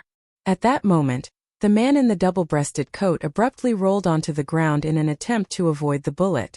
Following up on that, he pressed down on the ground with his right hand and propelled himself into the air towards the oriel window. Click! Klein's first shot was empty, but this was something he had expected. He took advantage of Sirius's inability to dodge while in midair to aim at his torso and pulled the trigger. Bang! The silver demon hunting bullets tore through the air and penetrated straight through Sirius's back. Crash! The glass shattered and Sirius flew out the window, leaving drops of crimson blood on the crystalline glass fragments and windowsill. Klein was no longer afraid now that the target was injured. He ran over and jumped out the window with the help of a chair. This was the area lining the back of Deweyville Library's ground floor. A row of trees isolated a lush green field. The injured Sirius was running to the side, in an attempt to enter a small alley between two buildings. Having not practiced shooting at moving targets, Klein didn't dare to fire blindly. He could only carry his cane in one hand and his gun in the other as he pursued the man in a black coat. Tap! Tap! Tap! He followed the trail of blood on the floor and tried to close the distance. With a corner coming up, the injured Sirius's speed became slower and slower. Klein, who had been waiting for an opportunity to capture him, suddenly felt a little afraid. He felt as though the man in front of him wasn't human, but a wolf or a tiger, one that harbored terrifying dangers. This was an instinct he had as a seer, and also a warning given to him by his spirituality. Klein immediately slowed down, his eyes scanning the blood on the ground. Compared to the blood he had seen earlier, Sirius's blood was now black. At this moment, a violent wind overwhelmed him. Sirius's face was reflected in Klein's eyes. Thick, messy brows, grayish-blue eyes, multiple protruding warts, an open mouth with 2 rows of white teeth. Sirius was launching a counterattack at this moment. This made the face reflected in Klein's eyes more visible. He could even smell a particularly putrid stench. Sirius pounced a distance of 7 or 8 meters, far more than any normal human being could jump. But as Klein had stopped chasing him just in time, there was still a distance of nearly 10 meters between them.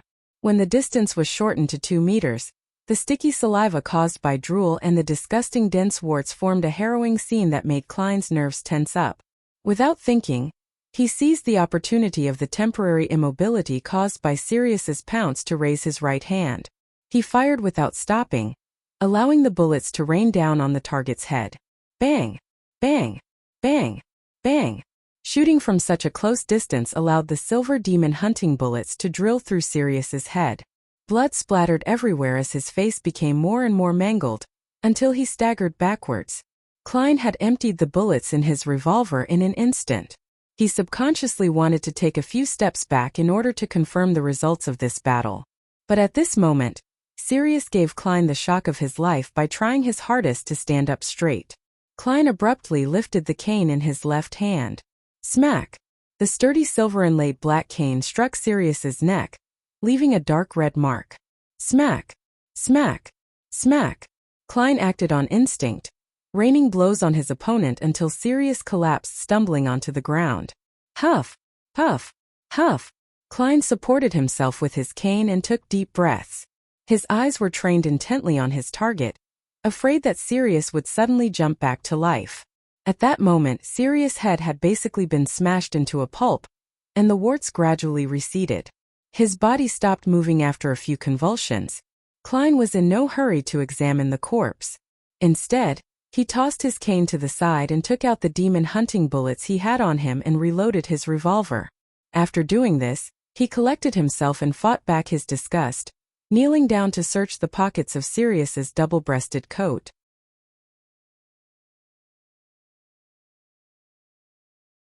Chapter 104.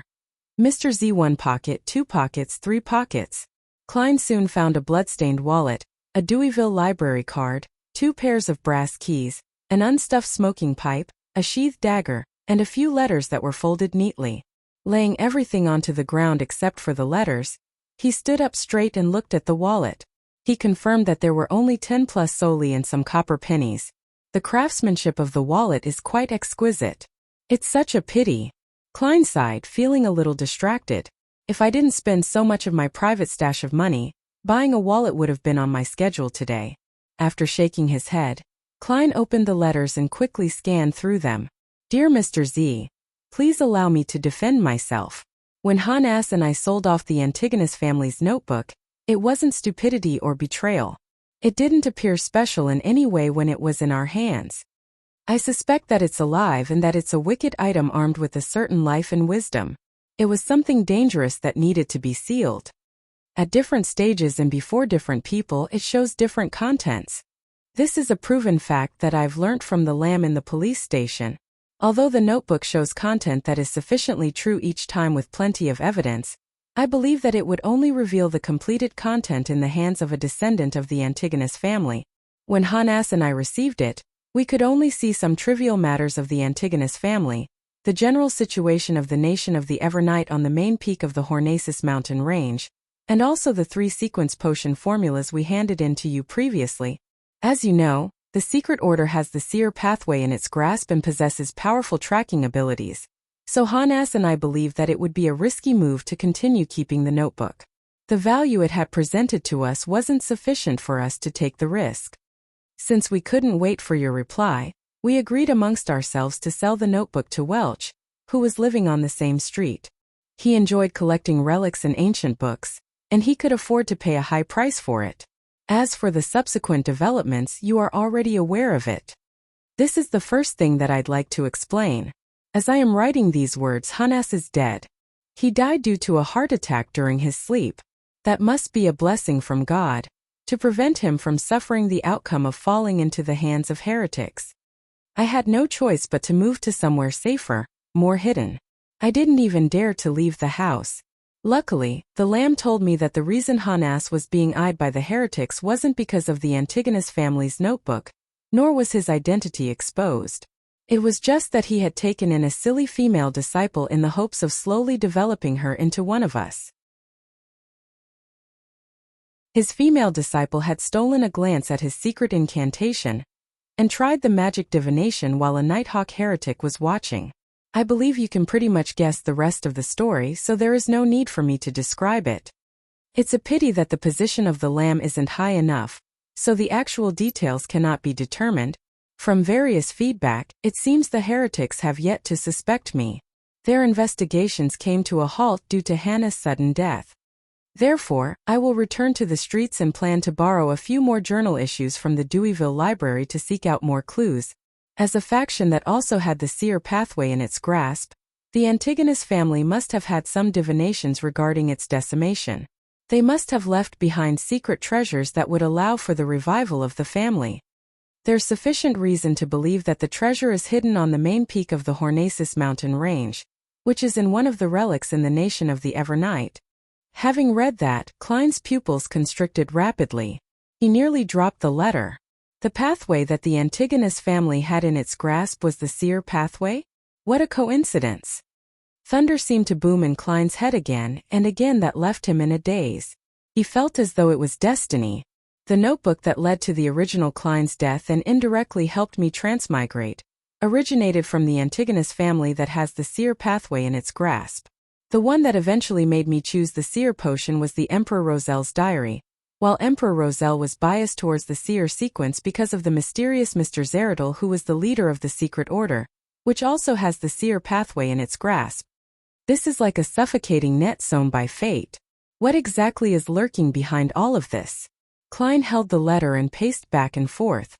He needed to verify the contents with other sources. Yes, the secret order that the Zeradal family controls is pursuing and searching for the belongings left behind by the Antigonus family. If both parties shared the same Beyonder sequence, there would be a sufficient reason and motive. Perhaps it is to bridge any missing sequences, obtain rare ingredients for a higher sequence advancement, or covet the other party's accumulated experiences in avoiding the loss of control. Going by this line of thought, it is rather reasonable that the Antigonus family has at least part of the seer sequence chain. Yes, when I was divining for clues pertaining to the clown potion, the images that emerged were mostly related to the Antigonus family. The only exception was the suited clown from the secret order. Therefore, the true meaning behind the symbolism is that each scene carries the possibility of obtaining the clown potion and a clue. However, I didn't understand the crux of the issue and regrettably missed it. With the two corroborating evidence, Klein nearly believed the matters that Sirius had brought up in the letter. He also understood why he constantly heard the word Hornacis in the murmurs he shouldn't be hearing. The earliest occurrence of this happening was when I first consumed the seer potion. He wore a serious expression as he thought to himself. Meanwhile, he guessed that being a survivor of those that made contact with a relic of the Antigonus family and becoming a Beyonder of the seer pathway were two necessary conditions to hear the murmur saying Hornacis. Is there really a secret treasure buried within the ancient ruins on the main peak of the Hornacis mountain range by the Antigonus family? No, I can't think about this. Just the notebook alone has killed so many people. Any complete treasure would be even more terrifying. Klein shook his head subconsciously and cast his gaze onto the third piece of paper, which was the last of the letters. Honorable Mr. Z, I hope I can gain your assistance. I believe that you should be sufficiently interested in the treasure too. Until then, I will make myself look like a normal person, a normal lover of history. When the end of days arrives, I will offer all of Tinjin's lambs as a sacrifice to God. Humbly, Sirius Arapis. When he finished reading Sirius's letter, Klein had the urge to laugh. Hey, why do I feel like I saved Tinjin? What was this guy trying to do? Heretics are truly unbelievable. Who is this Mr. Z? He seems like someone in a high position. At the very least, he should be at the same sequence as Captain. Where was Sirius sending the letter to? He didn't write down the address. It seems like that's the cautiousness of a heretic. They wouldn't put the address on until the moment before they sent it out. Right, if the Antigonus family had the potion of the seer pathway in its grasp, then would the clown potion be among the 3 formulas inside the Antigonus family's notebook that Sirius sent? Highly likely. In that instant, Klein seemed to have found clues to the clown potion. Although Sirius didn't bring the formula along with him, it was possible that he had left some form of record at his hideout. He must have also had it in his head, in his memories.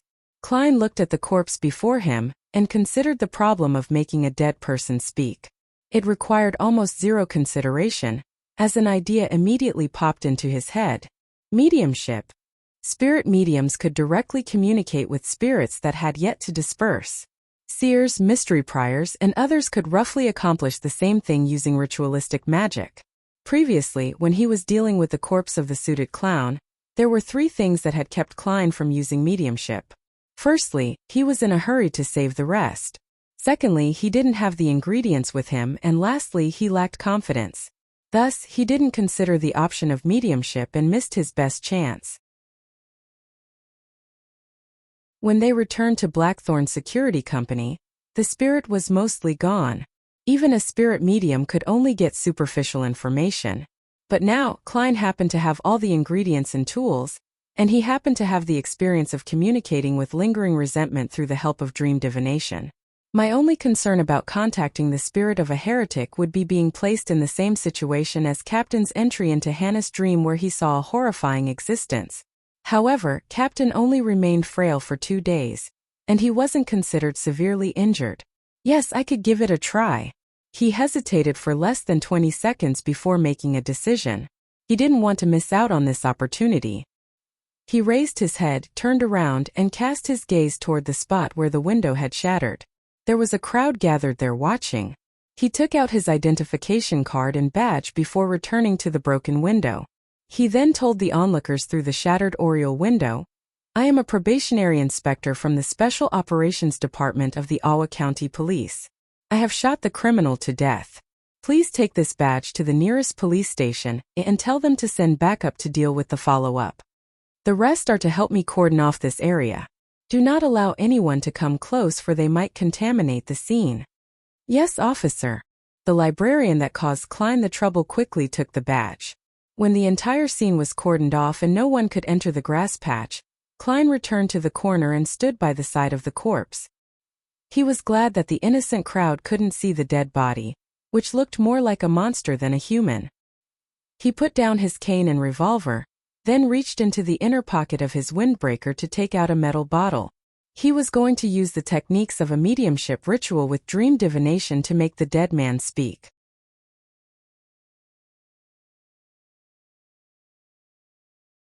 Chapter 105. Spirit channeling. Klein twisted open the golden bottle's cap and brought it to his nose. He took a whiff of the stimulating scent that energized him.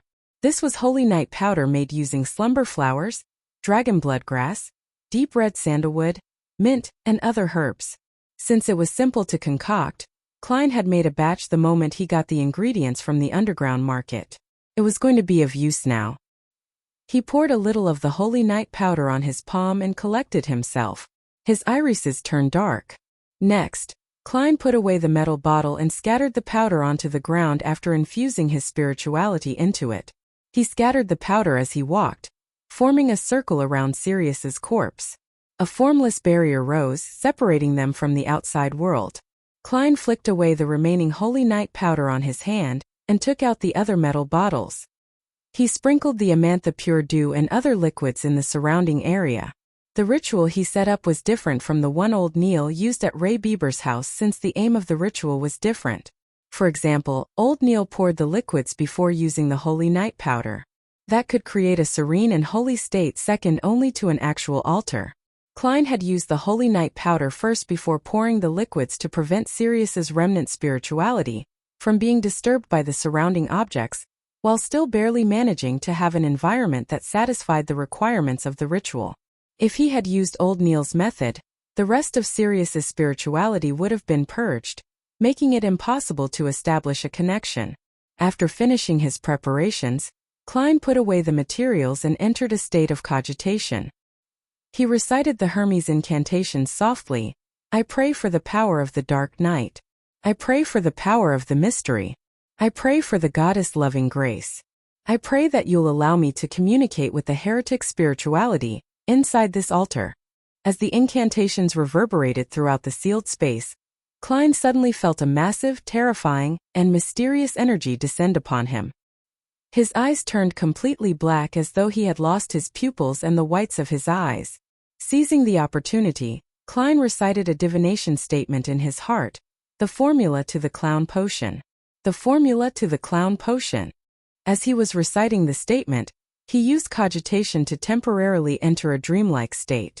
It was a hazy gray world without a sky or ground. Klein was unusually alert as he observed a transparent, ethereal figure. He extended his right hand and touched the remnants of Sirius's spirit. The scene in front of him changed with a rumble. It was a study table painted with dark red paint. There were 3 candles on a silver candle stand, as well as a blank piece of paper. Sirius had a pen in his hand. He wrote in loan language, "This is the second formula. Its name in the notebook is Clown. 80 milliliters of pure water, 5 drops of torn apple juice, 7 grams of black-rimmed sunflower powder, 10 grams of golden cloak grass powder, 3 drops of poison hemlock. These are the supplementary ingredients. The main supernatural ingredients are 1 crystal of the single horn of a matured Hornaceous gray mountain goat, and a complete stalk of a human-faced rose." Sirius seemed to have the clown potion's formula memorized as he quickly finished writing it. He paused for a moment and took a sip of coffee. Then he unwound the silver pendulum around his wrist. He held the pendulum and closed his eyes, muttering terms to himself such as the end of days, peace of mind, hope for the Lord's blessings, and confess. After Sirius finished his prayer, Klein finally saw the pendulum clearly. Under the wound silver chain was a thumb-sized human figurine. The figurine had a single eye, a trait unique to giants. It was facing down, its legs bound by chains that connected upwards. At that moment, the single eye of the giant suddenly had a faint red glow. Crack! The scene Klein witnessed shattered as his legs buckled, almost causing him to kneel to the ground. Klein felt pain in his head as though he had been struck ruthlessly in the head with a bat. His vision turned blood-red as his hands involuntarily reached out to protect his knees. He recovered several seconds later and stood back up. He felt that his spirituality was unusually weak, as if he had heard the murmurings that penetrated his mind once again. But due to his progress in digesting the magic medicine, the adverse reaction calmed down quickly. The hanged giant, the true creator. Sirius and Hanas were both members of the Aurora Order, but the captain saw a huge cross in Hannah's dream. The terrifying being crucified on the cross wasn't the Aurora Order's hanged giant. Klein took 2 deep breaths and waited for his spirituality to slowly recover. The Aurora Order was a secret organization that sprang into existence about 200 to 300 years ago. They worshipped the true creator and symbolized him with the hanged giant. They believed that every human being had divine qualities, and as long as they persevered and made it through the countless trials, they would be able to accumulate enough divine qualities to become angels. According to the internal records of the Nighthawks, the sequence 9 of the Aurora Order was secret suppliant. These Beyonders could sense the existence of mysterious and horrifying beings, and were armed with a decent amount of knowledge regarding sacrifices and some knowledge on ritualistic magic. There was enough evidence to claim that senior secret suppliants experienced distortions of their worldview and lost control easily. Little was known about the Sequence 7 which the Aurora Order had grasped. Sequence 8 was Listener. This was considered quite a terrifying job for a Beyonder. Every listener could listen directly to the whispers of the secret entities. Thus, they frequently came into contact with powerful, distorted, unique abilities. But consequently, if they were unable to advance, it was difficult for them to survive the next 5 years after becoming a listener. Furthermore, the comments the Nighthawks had in the reports were that every listener was a lunatic. Even if they looked normal on the surface, they were always crazy on the inside. The details of the report regarding the Aurora Order flashed through Klein's mind. His initial theory was that Sirius was a secret suppliant. From the description, secret suppliant are as hopeless as seers in battle. That does fit Sirius's actions just now. What happened later was a loss of control brought about by the injury. Yes, Fry once said that every Beyonder would more or less undergo some weird changes after they die. Klein thought as he tapped 4 points on his chest to praise the goddess. After his spirituality recovered slightly, he concluded the ritual with the appropriate procedure and dismantled the wall of spirituality. With a whoosh, a gust of wind blew as Klein forced himself to look at Sirius's corpse. He noticed that there was still an obvious wart on Sirius's mangled face. It was a dark purple wart, almost black. There seemed to be liquid and a light gleaming within. What kind of transformation was that? Klein rubbed his temples, not daring to touch it. He bent over and retrieved his cane, allowing it to bear his weight. After what had just happened, he knew that Sirius's spirituality had been completely destroyed. Even the spirit medium Daly would be unable to communicate with him. After a while, Klein saw Captain Dunn and his partners Leonard and Kenley. It seems like your fate is tied to Beyonders and evil forces. In just a few weeks you have come across more supernatural incidents than what we usually see in months, Leonard joked, looking at the corpse on the ground. It might not be a coincidence, Klein added, as he suddenly thought about the red chimney he had seen in his dream divination, as well as the majestic palace on the main peak of the Hornacis mountain range and the formless focus on him. He took the opportunity to mention it in passing. Dunn surveyed the surroundings and with his gray eyes trained on Klein asked, "You tried channeling his spirit?" There were still traces of holy night powder, and the scent of the essential oils. "Yes," Klein replied truthfully. "I was worried that you would arrive late, and that the remains of his spirituality would scatter. You don't look well. Are you all right?" The short Kenley asked in concern. Klein passed Sirius's undelivered letter to the captain and began from the beginning. When I went to the underground market to purchase materials for the rituals, I suddenly remembered that Selena had also once gone to the Evil Dragon Bar, and that it was Hannes Vincent that brought her there. This meant that Hannes was a regular there. Thus, I suspected that the person in the portrait, someone who's definitely connected to Hannes, might have gone to the underground market too. I asked the boss Swain about the portrait and he gave me confirmation. He told me that the man had once tried to buy documents and items related to the Hornacis Mountains. That reminded me of the library. I recalled that the librarian had mentioned that someone had just returned the journal issue I wanted to borrow. Leonard stood to the side, listening with a smile. He suddenly interrupted. "And so you brought your identification documents and badge here to flip through the borrowing records? Actually, I am very curious. Why would you come into conflict with this man here? Even if it was a direct encounter with your style of doing things, you would have pretended that you didn't know him and would just leave the library. Then you would come to Zutland Street to ask for our help. Yes, there was no need for you to take the risk. As long as you confirm the target and that he hasn't left Tingen, there would always be a way to find him," Dunn added as he reviewed the letter. Klein immediately said in embarrassment. The librarian recognized him and shouted for the police to help. "There's no way I could have pretended not to hear that." Leonard and Kenley looked at each other. One tried to cover his amusement, while the other turned his head to the side. Dunn nodded, his gaze leaving the letters. "Did you get anything from channeling his spirit?" "I saw a pendulum that took the shape of a hanged giant. I saw a blood-red glow flash in the giant's only eye before I was forced out of the ritual," Klein described honestly. He didn't want to talk about the clown potion for the time being as he had two considerations. First, if Dunn and the rest were able to find Sirius's hideout and the corresponding records, then it would make no difference if he told them or not, as there would be no additional contributions attributed to him. Second, if Dunn and the rest were unable to find it, he could report it in the future. This way, he would be awarded with another contribution, allowing him to acquire the ingredients needed to concoct a potion. This was a way to obtain double the rewards for a single task, a technique that stemmed from Old Neil's recent teachings. "Aurora Order?" Dunn muttered to himself before he asked some relevant questions. After Klein answered all his questions, he saw the fatigue in Klein's eyes and waved his cane. "Not bad. You foiled a scheme that was targeting Tingen. You can go back and rest. Kenley, bring Old Neil over." After giving out instructions, Dunn smiled bitterly and shook his head. Before Sequence 6, Beyonders of the Sleepless Pathway lack many supplemental abilities. We can only conduct the simplest of ritualistic magic. Captain, you mean that from sequence 6 onwards, a sleepless pathway beyonder would gain improvements in the corresponding aspects? Klein asked out of curiosity. Yes, done, confirmed. After leaving the Daffodil Street Library, Klein nearly fell asleep in the carriage on multiple occasions on his way back to Daffodil Street. He lumbered into the house. He then removed his hat and jacket before falling asleep on the sofa.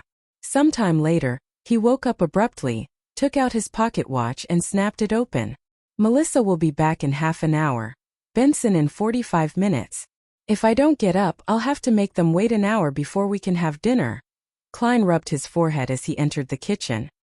He washed his face with cold water, then took out the oxtail, tomatoes, carrots, and onions he had bought that afternoon. After he prepared the ingredients, he suddenly froze. He had the feeling that his actions just now formed a strange juxtaposition with the incident that afternoon. I am a man who just saved Tinjin, Klein mumbled in amusement. He put on a white apron and got to making dinner.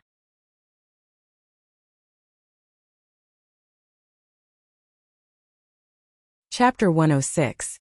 Artist Klein after 8 in the evening, in the Moretti family's dining room. As he looked at the shallow soup left in the bowl, Benson raised his hand to cover his mouth to give a satisfied burp. Although that was our 3rd time eating it, I still find it delicious. The sourness and sweetness of the tomato and the chewy texture of the oxtail blends into a perfect and unique flavor. Klein, I'm sorry that the Blackthorn Security Company caused Tinjin City to lose such an outstanding chef. Melissa leaned backwards in her chair and nodded in agreement silently. This is because you have yet to try real cooking. Klein smiled humbly. If we have a chance in the future, let's head to Bonaparte Restaurant on Howe Street for some authentic Indus cuisine, and also to Coastline Restaurant in the Golden Indus Borough for some southern delicacies. These were restaurants that were always covered in the newspapers, where the average cost per person was around £1.50. I like your cooking more, Melissa answered without hesitation. Benson chuckled and changed the topic. But I ultimately feel that there's something lacking from the tomato oxtail soup. Perhaps it shouldn't be eaten with bread?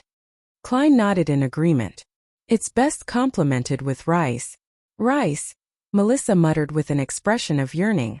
Tinjin, which was located north, wasn't considered a big city. Besides a few particular restaurants, it was difficult to have any chance of eating rice. To Benson and Melissa, this kind of food only existed in the descriptions of newspapers and textbooks. Looking at his sister's expression, Klein laughed. Wait till we save another 6 months' salary, and we will find a chance to go on vacation in Desi Bay and try the delicacies there. Desi Bay was located in the far south of the Lone Kingdom, and a third of it belonged to Fainapotter Kingdom. It had plenty of sunlight and beautiful scenery, and the paella there was very famous. Before Melissa could share her opinion on saving money, Klein said, in another 3 months I should get another raise. By then, we could totally fulfill our desire to travel as well as save money for necessities. Why? Benson and Melissa's attention was redirected as expected. Klein coughed lightly and smiled while explaining, due to my professionalism, the police department, which always collaborates with our company, intends to hire me as their part-time history consultant. They would pay me extra at least £2 a week. If you see me in a police uniform in the future and showing the corresponding police documentation, please don't be shocked. Of course, as you know, the work efficiency in governmental departments is as slow as a 90-year-old lady's footsteps. They still have to go through a lengthy procedure, and they're required to do a thorough inspection of me. Hence, on my off days for the next 2 months, I'll be heading to Koei University quite often to see my mentor and the teaching staff I know to learn more. Seeing the shocked look in his brother and sister's eyes, he paused and said with a strange expression, just like Emperor Roselle said, one is never too old to learn. Benson maintained a few seconds of silence before saying in a half self-deprecating and half emotional manner, is it too late for me to sign up for university? Knowledge really is wealth. And also power. Klein added silently. Benson, you need Klein's grammar books and his classic literature textbooks, Melissa said out of the blue, stealing the words from Klein's mouth. Benson's expression seemed to change. He gritted his teeth and said, Klein, pass me those books tonight. Even if all they do is put me to sleep, I am determined to read them for an hour, no, an hour and a half a day. I swear in the name of the goddess. If I can't do it, I will be a curly-haired baboon. A smile immediately plastered across Klein's face. No problem. The next morning, Klein hung his coat and hat on the clothes rack in the break room. Then he followed Roseanne's instructions and walked to the basement to the duty room outside Cheney's gate. Captain Dunn and members Fry, Sika, Royale, Leonard, and Kenley were all there. As his gray eyes glanced past the newly promoted Nighthawk, Dunn smiled and said, "We have a routine meeting every Thursday to summarize past missions and discuss various challenges. I am a man who has endured the test of many regular meetings as well," Klein lampooned. He found a seat and joked, "Do I need to introduce myself?" Dunn smiled and turned to look at Kenley.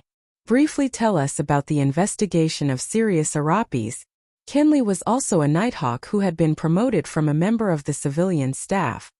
He wasn't very tall, his brown hair was quite thick, his body size was average, his muscles were very toned, and he looked like someone who was smart and capable. He thought and said, "With old Neil's help, we found Sirius's secret hideout. There were many books and items at the scene. From them, we can be certain that Sirius was one of the underground members of the secret organization, the Aurora Order. He was also a secret suppliant. There's sufficient evidence to show that he and Hannes Vincent sold the Antigonus family notebook to Welch. Those who don't remember Welch can ask Klein about him.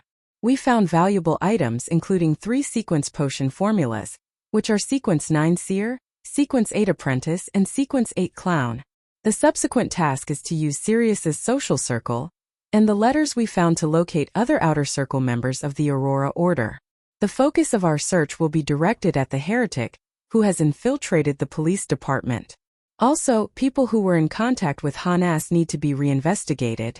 Dunn nodded lightly and looked towards Klein. "As you heard just now, we've obtained the clown potion formula, but are unable to determine if it's real. We have to wait for the Holy Cathedral to give us feedback. In the mission relating to the Aurora Order, you have made a crucial contribution. Plus, given that you shot a member of the secret order, it won't be long until you accrue enough contributions to be promoted. But I have to remind you that not everyone is like Daly. You have to suppress your desire and wait for 3 years. In order to avoid losing control, you can't allow your mindset to be affected by our discovery of the clown potion formula. Captain, you don't understand how magical it is to act. I have already confirmed the authenticity of the clown potion formula using divination above the gray fog last night." Klein nodded obediently. "I will keep my emotions in check." Then Sikatron, the quiet midnight poet with white hair and black eyes, said, "We still haven't found any clues regarding instigator Triss. I suspect that he has already fled from Tingen." After they were done exchanging their new information, Klein left the duty room and found old Neil to continue his mysticism lessons. In the afternoon, he went over to his combat teacher, Gawain, to do basic strength, endurance, and overall coordination training. With the sun still up and bright at 5, Klein took off his training costume, took a quick shower, and changed into his original clothing. He then took the public carriage to B6 Street. He hadn't forgotten about the red chimney that he had seen in his dream divination, nor did he forget about the man that he suspected to be a member of the psychology alchemists who had bought supplementary ingredients for the spectator potion in the underground market. These things would be inconvenient to investigate in his role as a Nighthawk. Number 27. Henry's Private Detective Company. Yep, it's here. Klein found a private detective company according to the newspaper's descriptions. It was said to be trustworthy. He put on a mask, lowered his top hat, and flipped up his collar. He walked up the stairs and came to the company on the 2nd floor. Knock, knock, knock. He knocked on the door that was half closed.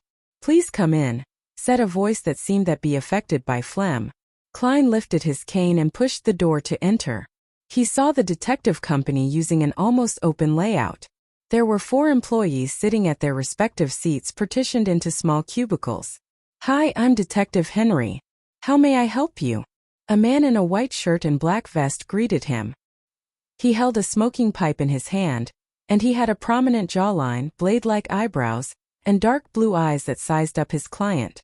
Klein used the collar of his windbreaker to block half of his face as he spoke. "I have 2 matters to entrust to you. How are your rates?" That depends on the difficulty of the task. Detective Henry retracted his gaze and pointed towards the sofa in the guest area. Let's talk over there. Klein followed him to the semi-partitioned area and sat on the single-seat sofa. He didn't take off his coat, nor did he take off his hat and mask. He purposely made his voice hoarse and said, "First, I need you to help me find a house with a chimney that looks like this, as well as information on who the owner and current tenant are." As he spoke, he took out a neatly folded paper. When he opened it, there was a chimney with its color noted down and its surrounding scenery.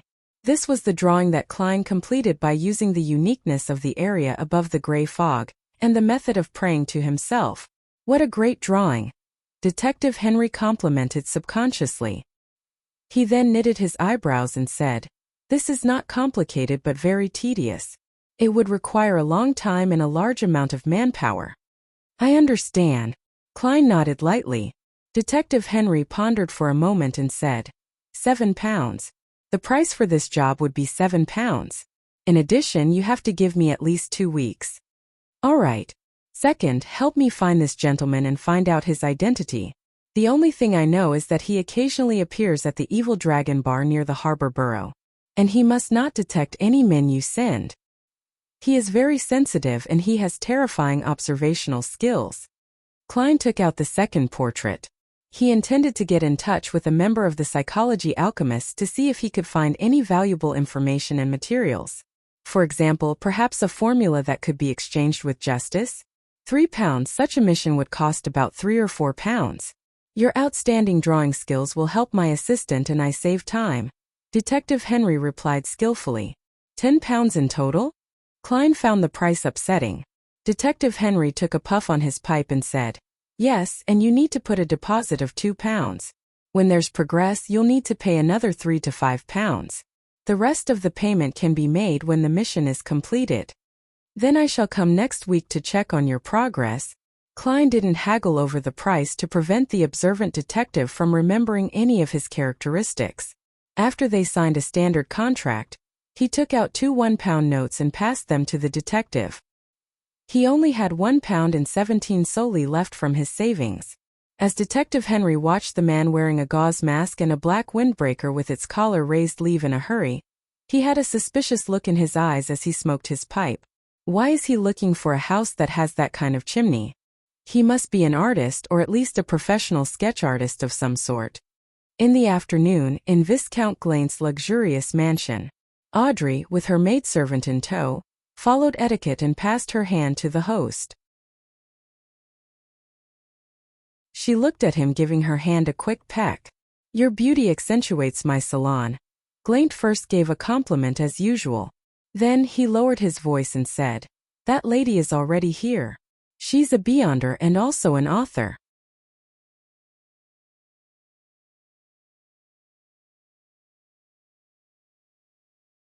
Chapter 107. Fur's author. Audrey asked casually as she observed Glaint's reaction. Subsequently, she didn't have to mind the presence of her maidservant, Annie, since they chatted about ordinary topics. Glaint straightened his body and chuckled. "Yes, I believe that you have read her works in the past. She wrote the book, Stormwind Mountain Villa, which was highly acclaimed for the past 2 months. I enjoyed that book, especially The Calm Lady Sisai," Audrey replied with a faint smile. Meanwhile, she was rolling her eyes at her own hypocrisy inwardly. That was because her latest hobby had nothing to do with novels. She had stopped reading Stormwind Mountain Villa a month ago. Her progress stopped at the 1/3 mark. Ever since she joined the Tarot Club and acquainted herself with the powerful Fool, and became a real beyonder, she had been immersing herself in mysticism knowledge. She had been systematically learning about psychology, and had lost interest in other activities. Smiling, Glaint guided Audrey to a sofa in the hall. "I am sure that Miss Fur's wall will leave a good impression on you, for she is just like Stormwind Mountain Villa's Lady Sisai, calm, intellectual, and lazy. Also, my dear Miss Audrey, are you going to play the piano for us later? That is the greatest compliment for a novel and literature." Audrey looked at the side profile of Glaint's face. His expression, tone, and body language all conveyed his intention to flaunt himself. "He wants to use me to show off," Audrey thought to herself, as if she had just met this good friend of hers for the first time. She maintained her elegant smile and said, "My music teacher, Mr. Vicanel the pianist, said that my standards have deteriorated recently and needs more practice." "All right." Glaint was just about wondering what to say when he suddenly saw a lady taking desserts from the long table. "Audrey, this is Miss Furs Wall, the author of Stormwind Mountain Villa." Audrey looked over. Miss Furs Wall was about 23 years old and 165 meters in height. She was wearing a pale yellow dress with frills. Her brown hair was slightly curly. She looked over with her pale blue eyes as Glaint introduced her while wearing a smile that appeared ruminative. Audrey had noticed several small details in the less than 3 seconds of observation. There are faint traces of yellow on Miss Furs's fingers. She likes cigarettes. There are obvious calluses on her fingers at spots used to hold a pen, fitting her identity as an author. Her arm movements show that she has decent strength.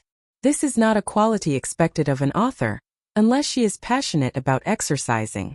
Perhaps she was born like this, or she might have engaged in some other occupation in the past. She displayed her calm, rational and precise style in Stormwind Mountain Villa. This must be linked to her previous occupation. Her eyes and emotions are relaxed, giving me the feeling that she is looking down on me and Glaint. Is this the psychological superiority a Beyonder has over an ordinary human? If it was a coincidence that Glaint discovered her identity as a Beyonder, then she should feel some anxiety and uneasiness. After all, she is unable to guess his reaction, and what he would do next, since the unknown always brings about fear. This indicates that she was the one who voluntarily approached Glaint, having learned about our hobbies. She must be quite confident about what is going to happen next. Why would a Beyonder approach Glaint? Does she need monetary support? Or the Beyonder ingredients stored in the treasury? Or perhaps she needs help with something? At this moment, Glaint was introducing Audrey to Furs. "Madam, this is the Miss Audrey that I mentioned previously, the most sparkling gem in all of Backland. Her father is Count Hall, a trusted aide of His Majesty and respected member of the cabinet." "Good afternoon, Madam Furs. Stormwind Mountain Villa is still seated by my bed to this very day." Audrey adhered to the rules of the aristocracy and curtsied, but she added silently, "That's because I haven't finished reading it even after a month." Furs returned the niceties simply and said, "Good afternoon, Miss Audrey. Your beauty sure leaves an impression. I think that I already have an idea for my next novel." Viscount Glaint said that you have exceptional talents in music." They merely exchanged praises as they were in public.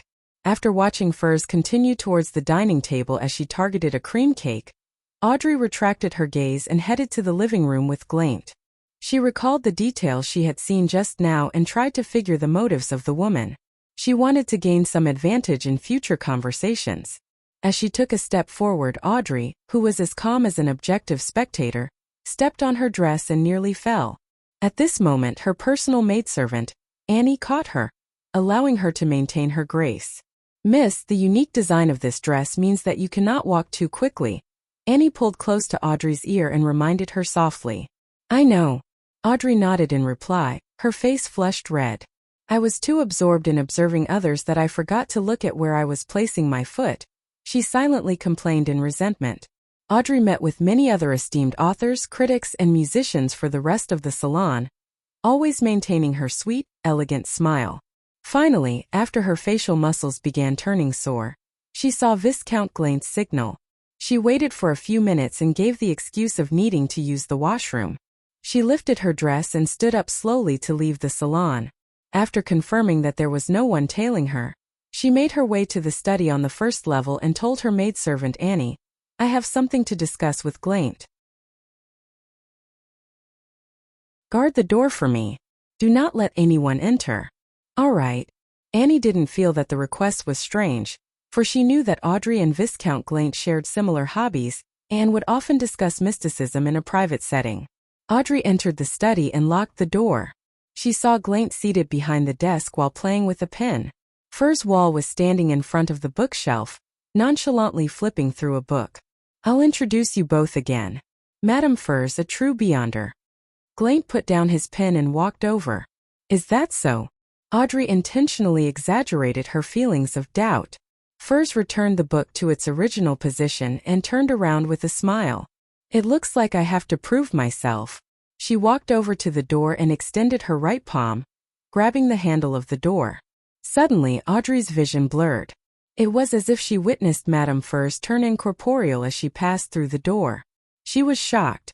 Concentrating, she realized that Furs was no longer standing in her original position. A few seconds later, the door handle turned. The locked door was open just like that. Furs Wall smiled as she walked in from the outside. Audrey's maid Annie, who was not far away, didn't seem to be aware of what had happened. "What a magical ability!" Glaint exclaimed. Audrey took in a deep breath and said, "I have no more doubts." At the same time, the ability Furs had displayed allowed Audrey to confirm what her true motives were. Since acquiring money or materials would be no trouble for a Beyonder like that. Glaint doesn't have any Beyonder guards. Furs wants to use the statuses and resources available to Glaint and I to achieve something? Audrey tried her hardest to act as a spectator. Furs chortled and said, "Let us interact with honesty. We do not have much time left. I was once a doctor at a clinic and was given an opportunity to become a Beyonder. That was more than 2 years ago. I hope that you can do something for me. And the reward I will give you is allow you to join the ranks of true Beyonders. I will sell you the formula of a particular sequence potion and its corresponding materials." Upon hearing such a promise, Glaint could not help but ask, "What do you want us to do? I have a partner who's in jail now, awaiting the final verdict.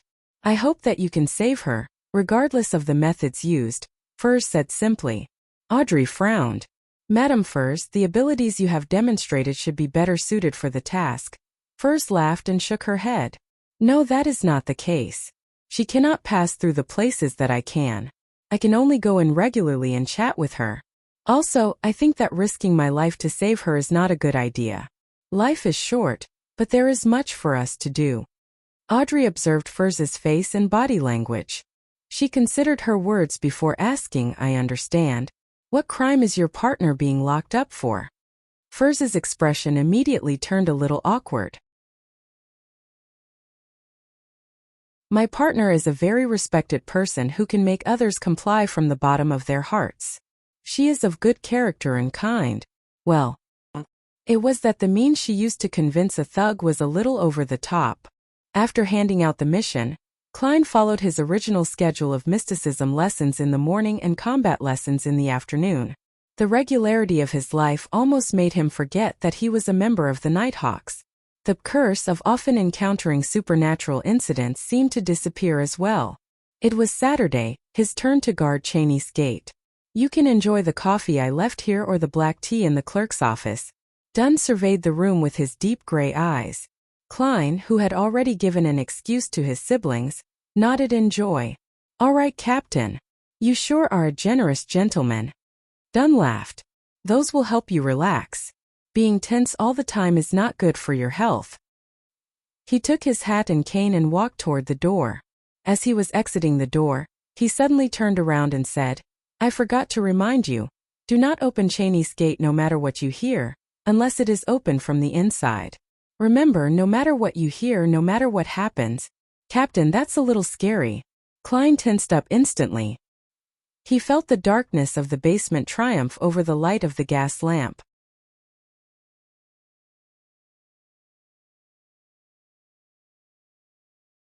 Chapter 108. Deep into the night, despite not being dawn yet, the well-ventilated but quiet and dark underground was illuminated by gas lamps. The dim yellow light emitted from the gas lamps were protected by glass, allowing them to steadily shine throughout the empty and quiet tunnel. Klein sat in the duty room and casually flipped through the newspapers, magazines, and books piled before him. He directed some of his attention outside, to prevent anyone from charging inside the Cheney's gate.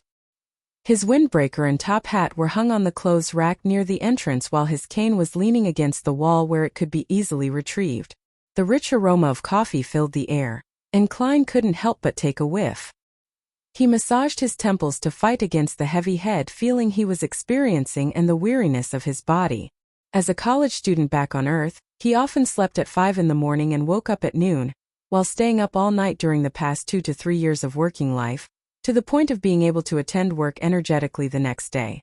However, it was all thanks to the games that were too exhilarating, novels that were too interesting, television shows and movies that were too entertaining.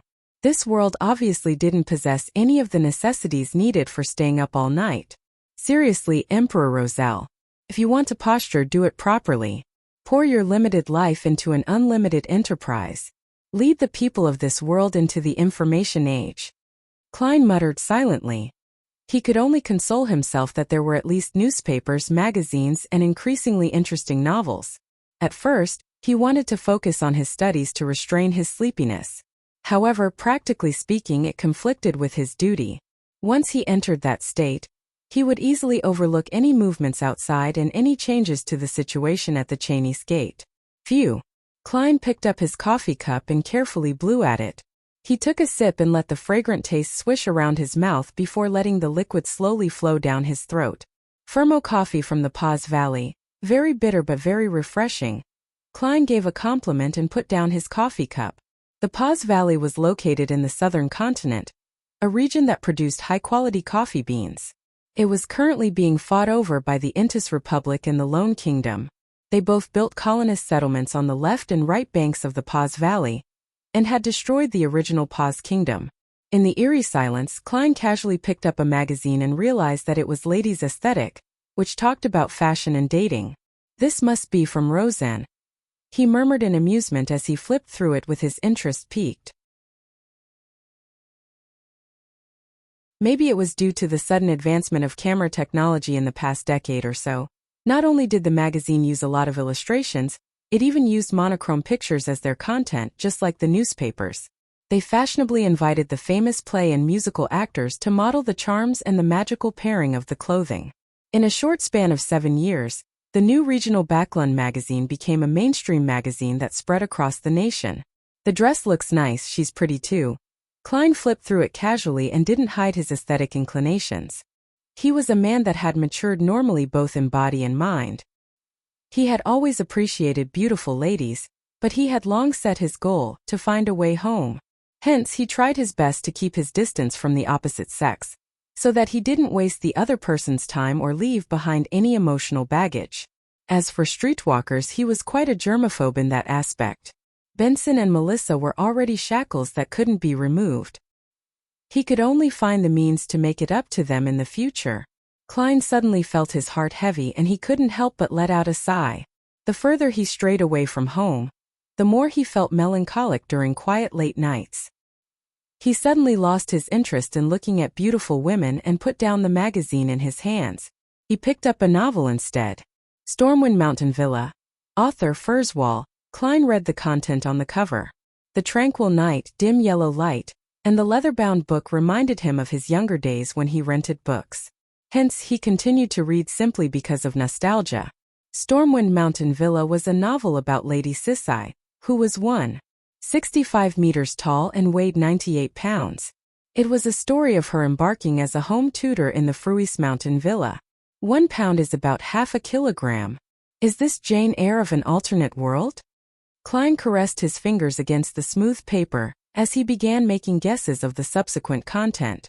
However, just as he thought it was a romance novel, an evil spirit emerged in the story. When he believed that it was a ghost story, Lady Sissai revealed herself as a detective and made a marvelous deduction. Just as Klein felt that it was definitely a detective novel, the main male character took a heavy blow to the head and lost his memory. Then it became a heartrending drama. In the end, it's still a romance book. Klein closed the book and drank a mouthful of coffee. Thump, thump, thump, thump. A ferocious knocking was suddenly heard as it reverberated in the dim and quiet empty corridor.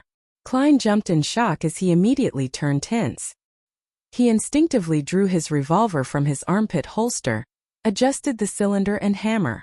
Then he slowly walked to the door and looked for the source of the sound. Thump, thump, thump, bang, bang, bang. The thumping became more and more intense. Klein looked in the direction of the sound and saw the black outward swinging gates that were engraved with 7 sacred emblems. Sounds from beyond the Chinese gate? He squinted his eyes and his heart was beating like a drum. Bang, bang, bang. Klein saw Chinese gate shake gently, and he sensed the massive impact it was withstanding. It can't be, right? I'm encountering something on my first day on duty? Did I get an unlucky constitution after I transmigrated? Klein's right hand broke into cold sweat as it held the revolver. Very soon he recalled the captain's instruction. Do not open Cheney's gate no matter what you hear, unless it is open from the inside. Could this be a normal phenomenon? Klein suddenly calmed down. Bang! Bang! Bang! Thump! Thump! Thump! The commotion beyond the Cheney's gate grew in intensity, but the heavy black metal gates only shook. Otherwise, it didn't show any unusual signs. This is normal. I nearly died from the shock, Klein muttered, before he prepared to return to the duty room. Just then he heard a sharp grinding noise. He looked at the heavy Cheney's gate bulging outwards as a crack appeared on its surface. Zing! In the jarring noise, Klein's almost fixed eyes saw a figure. Its height was about the length of a man's arm, and it was wearing a classic black miniaturized regal gown. There was an obvious stain on the gown. It had a not-so-exquisite face, black eyes, and tightly sealed lips. It was a cloth puppet, a toy cloth puppet. At that moment, when Klein was about to subconsciously raise his gun to take aim, the cloth puppet leaned heavily into the crack in Cheney's gate and unfurled the paper it was holding. There were many mysterious symbols on the paper, some that Klein knew and some that he had yet to learn. Together they formed a vertical eye. Klein had yet to understand the situation when the regal gown puppet was suddenly dragged back by a shapeless force to the back of Cheney's gate. Creak! Cheney's gate closed once again, with no more knocking or pounding sounds. The basement regained its tranquility and silence as though nothing had happened. I have to inform Captain that Cheney's gate was open from the inside. But it closed itself. At that moment, Klein's mental faculties returned to him as he felt alarm, fear, and doubt. A few seconds later, he recalled what the cloth puppet was. Since he was an official member of the Nighthawks, he was given the clearance to know about the Grade 3 sealed artifact sealed behind Cheney's gate. Number 0625. Name, Misfortune Cloth Puppet. Danger Grade 3. Considerably dangerous. It has to be used carefully. It can only be applied for operations that require 3 or more people. Security classification. Official Nighthawk member or above. Sealing method. Only needs to be separated from humans. Description. The cloth puppet is wearing a regal gown which was popular in around the year 1300. The gown has a stain that is almost impossible to remove. It is uncertain if the stain was present from the very beginning. In a few tragic cases of individual family financial crises recorded in Tianjin, the police noticed the existence of the puppet. It was always placed in the children's bedroom, on the side table next to the bed. A few Nighthawks accepted the request and started an investigation on the puppet. The initial evaluation determined that it brought misfortune, causing people around it to be unlucky and find themselves in danger. Finally, they would die one after another. It only took 2 weeks for the tester to reach the brink of bankruptcy. The puppet isn't equipped with the capability to live. It doesn't have any inclinations of escaping the seal. Through extended periods of experimentation, we discovered that as long as one does not come within 10 meters of it for more than half an hour a day, one wouldn't be tainted with misfortune. If misfortune has befallen someone, the person will immediately have his situation turn for the better as long as the misfortune is transferred to another person. Appendix. The puppet first appeared in the house of an old lady, Tess, who lived in the lower street of Iron Cross Street. She was a toy maker.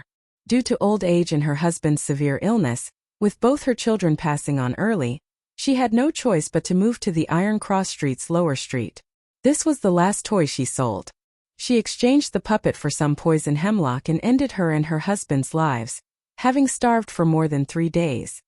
As Klein recalled the information of sealed artifact 3-0625, he felt even more doubtful and horrified. Didn't it say the puppet isn't equipped with the capability to live? Didn't it say that it doesn't have any inclinations of escaping the seal? What did I see just now? What dragged it back in the end?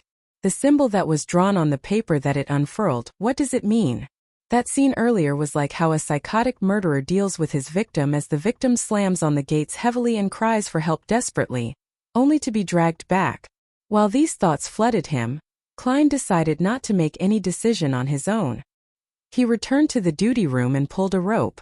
The rope tightened, the gear spun, and there was suddenly a hurried ringtone that rang on the second floor of the Blackthorn Security Company.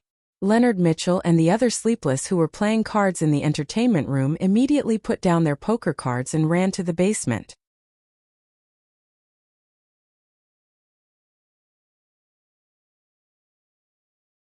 Chapter 109.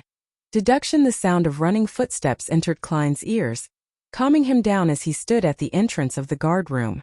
Leonard arrived first, holding a revolver. He asked in a solemn voice, "What happened?"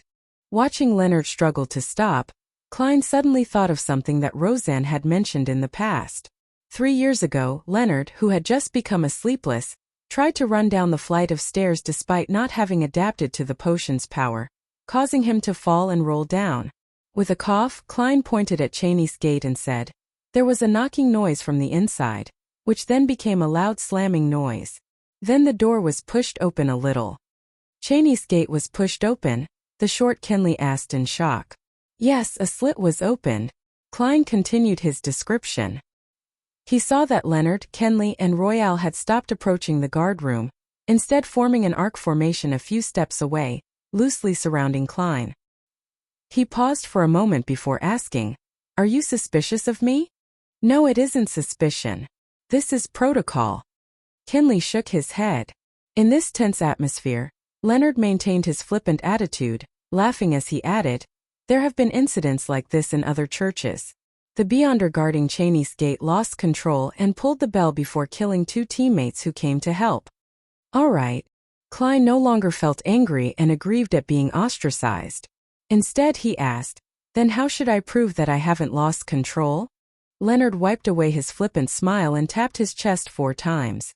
With a hoarse voice, he recited softly, "Lacking clothes and food, they have no shelter in the cold. They are drenched by rains and huddle around the rocks for lack of shelter. They are orphans snatched from the breast, hope lost on them. They are the poor that have been forced off the proper path. The Evernight did not forsake them, but bestowed them with love." The holy yet pitiful prayer reverberated around the basement, making the bodies, hearts, and souls of everyone present feel purified and tranquil. Seeing Klein not display any abnormal reactions, Leonard stopped his recital and smiled. "There's no problem. You are still our trusted partner." Madame Royale, who had been quiet all this time, looked at Cheney's gate and asked, "What did you see when the gate was pushed open?" "I saw a misfortune cloth puppet, the one wearing the black classic regal gown, 3-0625, Klein replied, still a little fearful. But 3 seconds later, a formless power pulled it back and Cheney's gate was closed once again. "What's going on?" Leonard, Kenley, and Royale exchanged looks. "Haha, we are in the same boat as you. We don't know the true cause. But since Cheney's gate is closed once again and there's nothing unusual, we shouldn't enter it at this time. We have to wait till dawn for the captain." Royale calmly added, "I will wait here and guard the gate with you." "All right." Leonard moved his hand and gave a bantering laugh. "As the most powerful person here, I shall stay too. Kenley, return to the second floor just in case the police department has an emergency case and cannot open the door." Kenley didn't say much, he just nodded immediately and left. Leonard glanced at Klein and Royale. "Perhaps we can continue our card game? It's best to have some sort of entertainment in circumstances like this to relax." "No problem." Klein adjusted his revolver and put it back into his armpit holster. Royale didn't voice an opinion, but instead stroked her smooth, black hair as she entered the guard room.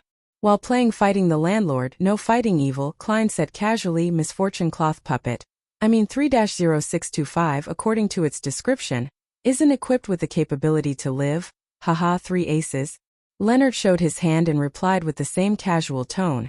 "In the past 40 years, 3-0625 hasn't displayed any lifelike characteristics. We can first assume that the information is correct and make our assumptions based on that." "Pass. You already have an idea?" Royale asked simply.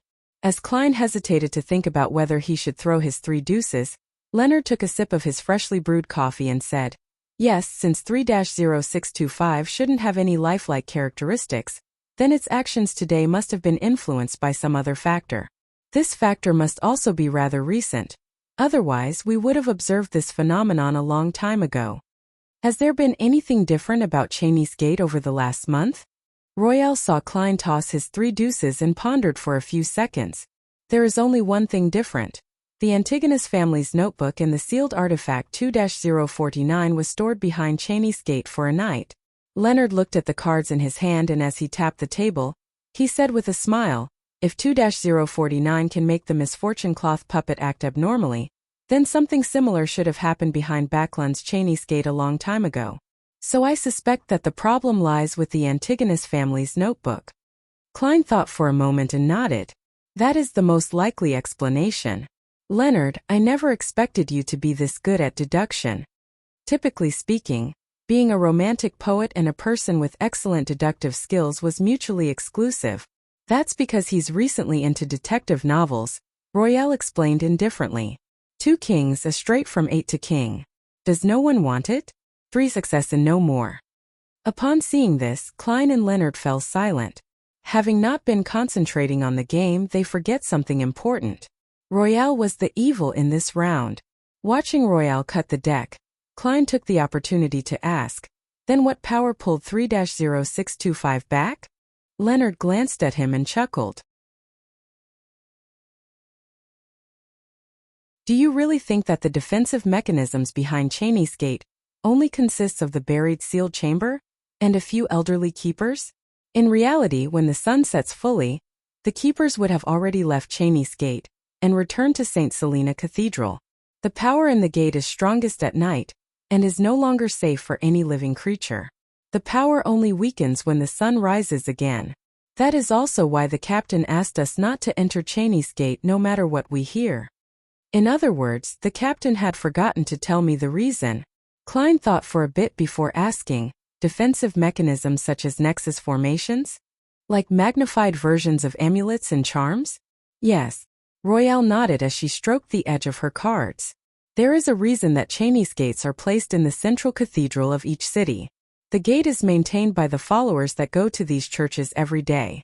Their sincere prayers allow a part of their spirituality to enter the nexus formations, and from small contributions comes abundance. I see. Klein nodded as he saw that he had a lousy hand. At that moment, Leonard laughed and said, there isn't just one defensive mechanism behind Cheney's Gate. St. Selina's ashes are buried inside. She was a high-sequence beyonder when she was still alive. The ashes of St. Selina? Ashes of a high-sequence beyonder? Sacred ashes? What use do those have? Klein was as puzzled as he was curious. St. Selina was a devotee when the Church of the Evernight Goddess was being established.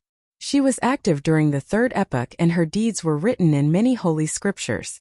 Thus, St. Selina was a fairly commonly used name among the commoners who believed in the Evernight Goddess. Leonard seemed to read Klein's mind as he continued.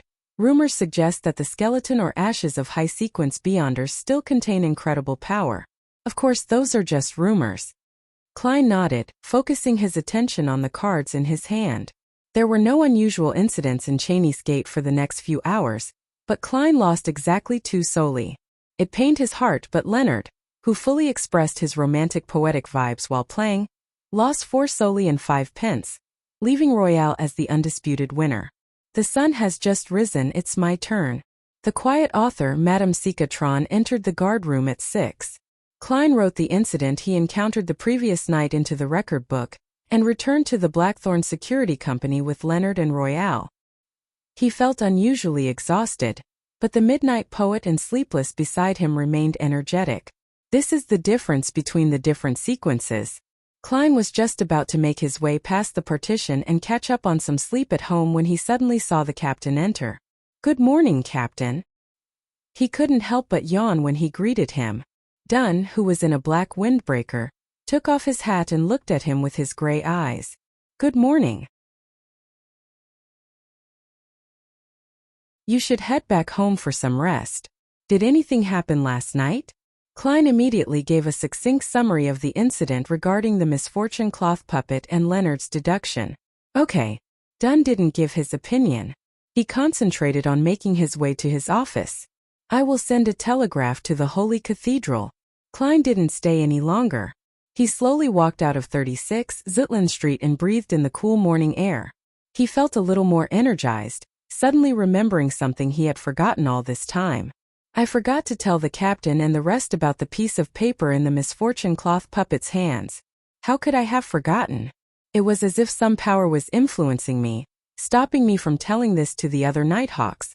It has been some time since the Antigonus family's notebook was present at Cheney's Gate. The misfortune cloth puppet 3-0625 should have been affected long ago. Why did it only show abnormal behavior last night? Was it because it was the first time I was on shift at Cheney's Gate? It used all of its power to show me the picture on the paper? What is the motive of the Antigonus family's notebook? Has it got to do with my survival despite making contact with it? And that I became a seer? Many suspicions flashed through Klein's brain, rooting him to the spot. He was unsure if he should pretend that he didn't remember anything and make his way home to sleep, or head up and report it to the captain.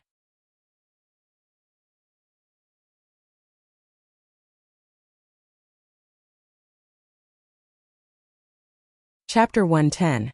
Confirmation. After thinking for a while, Klein decided to return home to confirm something. He believed that if the misfortune cloth puppet hadn't intentionally shown him the picture on the paper, then the captain and the rest would definitely find traces in their follow-up investigations. It wouldn't matter much if he reported it or not. If it were the converse, it was something worth careful consideration. That was also what Klein wanted to confirm. He took the trackless public carriage to Daffodil Street. When he returned home, his brother Benson and his sister Melissa had yet to wake up, since it was Sunday. The living room was dark and quiet. Klein boiled a kettle of water, threw in some tea leaves and drank it with wheat bread. Then he took his coat, hat, and cane towards the stairs. He subconsciously lightened his footsteps to avoid making any loud noises. Just as he got to the second floor, he saw the bathroom door suddenly open and Melissa, who was wearing an old dress, came out with a sleepy face. "You're home," Melissa was rubbing her eyes sleepily. Klein covered his mouth and yawned. "Yeah, I need to crash. Don't wake me up before lunch." Melissa tersely acknowledged when she suddenly recalled something. "Benson and I are going to St. Selena Cathedral pray and attend Mass in the morning. Lunch might be slightly later." As not-so-devoted believers of the Evernight goddess, she and Benson went to the church once a fortnight, while Klein, who was a Nighthawk, hadn't entered the church since the last time he was followed by the member of the secret order. "No, I'm at the cathedral every day, just that I'm in the cathedral's basement," Klein justified himself subconsciously. He was currently most worried that the goddess would abandon him as a fake believer. If his ritualistic magic didn't respond at crucial times, he would be in big trouble. But then, when one considers old Neil, the goddess is quite forgiving towards the Nighthawks. That's right. Klein comforted himself. His scattered thoughts flashed past him, and he looked at Melissa. He nodded and smiled. "No problem. I can sleep longer then." Walking past Melissa, he entered his bedroom and locked the door behind him. Immediately following that, he psyched himself up and took out the ritual dagger and created a sealed spirituality wall. He took 4 steps counterclockwise while reciting the incantation, and withstood the chaotic roars before appearing above the gray fog. In the illusionary boundless world, he was the only living spirit sitting on the seat of honor at the long bronze table. For nearly a minute of silence, Klein conjured a piece of goatskin parchment and wrote down a divination incantation, the picture that the misfortune cloth puppet displayed. Although Klein had seen the mysterious picture on the paper clearly for a split moment last night, he only managed to remember the rough shape of the picture due to his anxiety. But that wasn't a problem for a seer. He could reproduce anything he remembered and had seen once. According to mysticism theory, one's spirituality could remember everything they had seen. As long as they possessed the appropriate method, they could reproduce the scene whenever they wished. Klein even felt that the theory that spirit medium Daly described regarding the psychology alchemists made sense. Human memory was merely islands that were exposed above the sea. It couldn't withstand much. Hence, a person's spiritual essence remembered most of the information and turned it into the subconscious, which formed the entire ocean. while spirituality itself, even if it wasn't the entire ocean, also included the entire sea region surrounding the island. After reciting the divination incantation, Klein leaned backwards and fell asleep through cogitation. In the blurry, distorted, separated world, he saw Cheney's gate crack open once again as he heard the heavy grinding noises. The puppet in the black classic regal gown leaned into the opening of the door and unfurled the paper that it was holding. On the piece of paper, there were many mysterious symbols that collectively formed a vertical eye. Klein carefully observed the picture before exiting the dream. Then, with the aid of the uniqueness of the world above the gray fog and the memory that had yet to fade, he expressed the image on the brown parchment. The vertical eye looked up at him, looking both sinister and mysterious. Klein thought and wrote below the eye, "This is key to the treasure that the Antigonus family left behind." Putting down the pen, he untied the silver chain that was wound inside his sleeve. As he held it with his left hand, the topaz pendulum stably hung above the divination statement and the mysterious vertical eye. There weren't any obvious movements. Klein closed his eyes and recited the sentence with his mind cleared. After 7 times he opened his eyes and saw the topaz spinning in small circles in a clockwise fashion along with the silver chain. That meant affirmation. The vertical eye picture is really key to the treasure that the Antigonus family left behind. Klein nodded in deep thought. He tapped his fingers on the edge of the long bronze table and muttered to himself, "Because of Ray Bieber's death, there are no descendants of the Antigonus family left. Hence, the notebook views me, the seer that interacted with it but remains alive, as its inheritor." It affected 3-0625 and left the key to the treasure with it, only to show it to me during my shift at Cheney's gate? There doesn't seem to be any problem with the logic, but it still doesn't seem very convincing. How could the notebook be sure that there are no more descendants of the Antigonus family?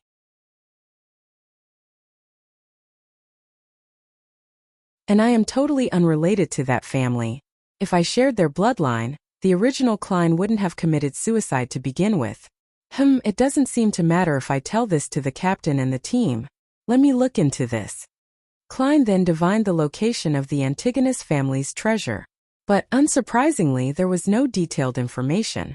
Just like in the letter that Sirius wrote to Mr. Z, Klein could only be certain that the treasure was related to the main peak of the Hornacis mountain range and the ancient nation of the Evernight. After he finished divining all the matters, Klein noticed that the crimson star from which he had previously heard prayers was producing a faint fluctuation again. He used the method of answering prayers and touched the illusory star. He saw the brown-haired young man who wore the unique black tight suit again. The young man was kneeling on the ground, facing the pure crystal ball, still muttering about something. Klein, who had purposely learned some Jotun, finally understood one of the sentences. "Pray. Save father and mother." It really is Jotun. Where in the world is Jotun still used? That's an ancient antique that is thousands of years old. What a pity. The mysterious ruler above the giant is totally powerless. I don't have the ability to save them even if I want to. Klein shook his head and sighed. He decided to observe him for a little longer. I'll see what I can do when I master more Jotun vocabulary and can understand what happened to his father and mother. Klein retracted his spirituality, wrapped it around himself, and initiated a descent. When he returned to his bedroom, he dispelled the spirituality wall, changed into old but comfortable clothing, and laid down on the bed to get some sleep. Klein slept all the way till 12:30, which was when Melissa finished preparing lunch and came knocking on the door. After having a fairly sumptuous meal, he saw Melissa bring out her new dress and fishnet hat, looking like she was going out. "Do you still have something this afternoon?" Klein asked, puzzled. Benson was seated on the sofa, knitting his eyebrows at his grammar books. He didn't lift his head but answered on her behalf. Mrs. Shout from next door told Melissa that there will be a lecture regarding family affairs in the municipal hall in the afternoon. Melissa plans to attend it and learn how to deal with daily household issues. Melissa nodded and said, "I got Selena and Elizabeth to join me." "That's nice. I hope that the lecturer tells you that a family like us needs to hire at least one maidservant," Klein joked. Noticing that Melissa was about to refute him, he immediately added, "We have to invest our limited time into more valuable matters." Melissa was stunned. After a while she puckered her lips, put on her fishnet hat and left the house. At 2 in the afternoon, Klein arrived at the Blackthorn Security Company again.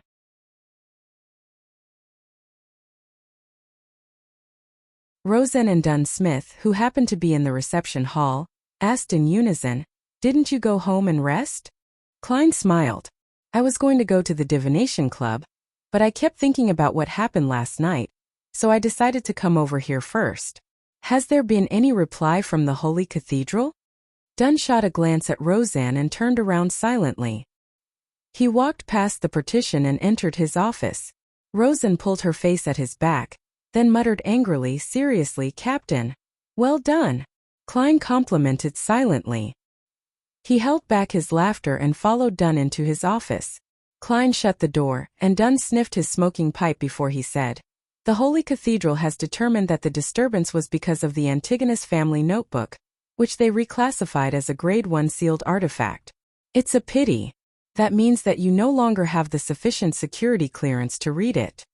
Grade 1. Highly dangerous. Only the ranks above bishops and Nighthawk team captains can know of the actual situation. That also means that Captain has no idea what's happening. Highly dangerous, no wonder." Klein felt regretful yet relaxed. Dunn gave him a glance and continued, "The Holy Cathedral told us to check if there are any other items behind Cheney's gate that were contaminated by the notebook. After verification, only 3-0625 was abnormal, and we have already changed its seal." "Did you discover anything else?" Klein pretended to ask curiously. Dunn shook his head. "No." Klein nodded in thought. He didn't continue with the topic. After some small talk, he bade farewell and left for the Divination Club to continue his journey of digestion. In the municipal hall, the three best friends, Melissa, Selena, and Elizabeth, sat near the door, waiting for the lecture to begin. "If she delivers a bad lecture, we'll sneak out," Selena suggested excitedly. Elizabeth immediately agreed. "Let's go shopping at Harrods."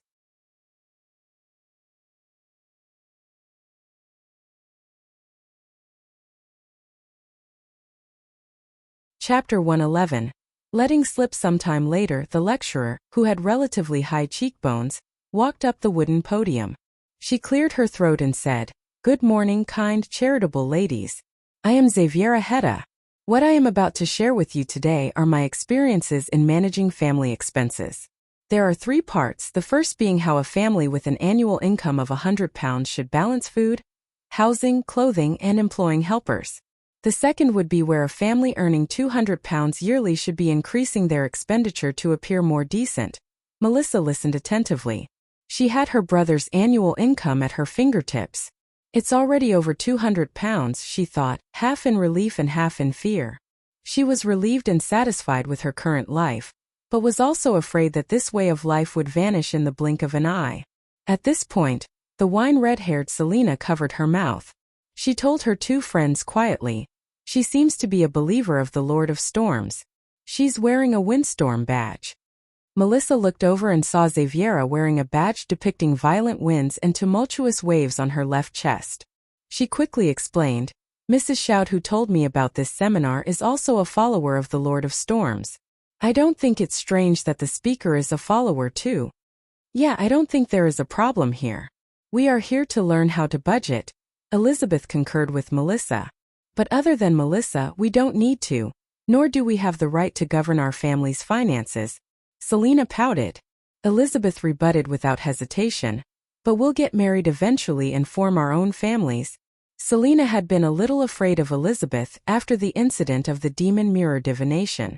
She nodded in embarrassment and pretended to listen to the lecture attentively. The lecturer, Xaviera, raised her right hand and said, "The premise of any form of budgeting is to respect the opinion of the man of the household. They are the source of income, the pillar of the family. They face anxiety, stress, troubles, and disorder in society in order to obtain everything for us. Thus, we have to create a serene home, one free from troubles from the outside.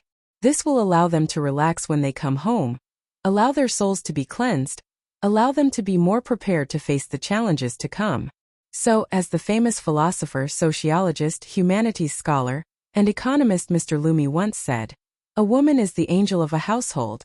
Selena stroked her cheek and traced her dimples as she whispered with a little excitement, "Loomy, the person who said that humans are born free?" Elizabeth hesitated before answering. Yes, but he is a believer of the Lord of Storms. At this point, the lecturer Xaviera continued, Mr. Lumi also informs us that females are innately flawed when it comes to intelligence and logic.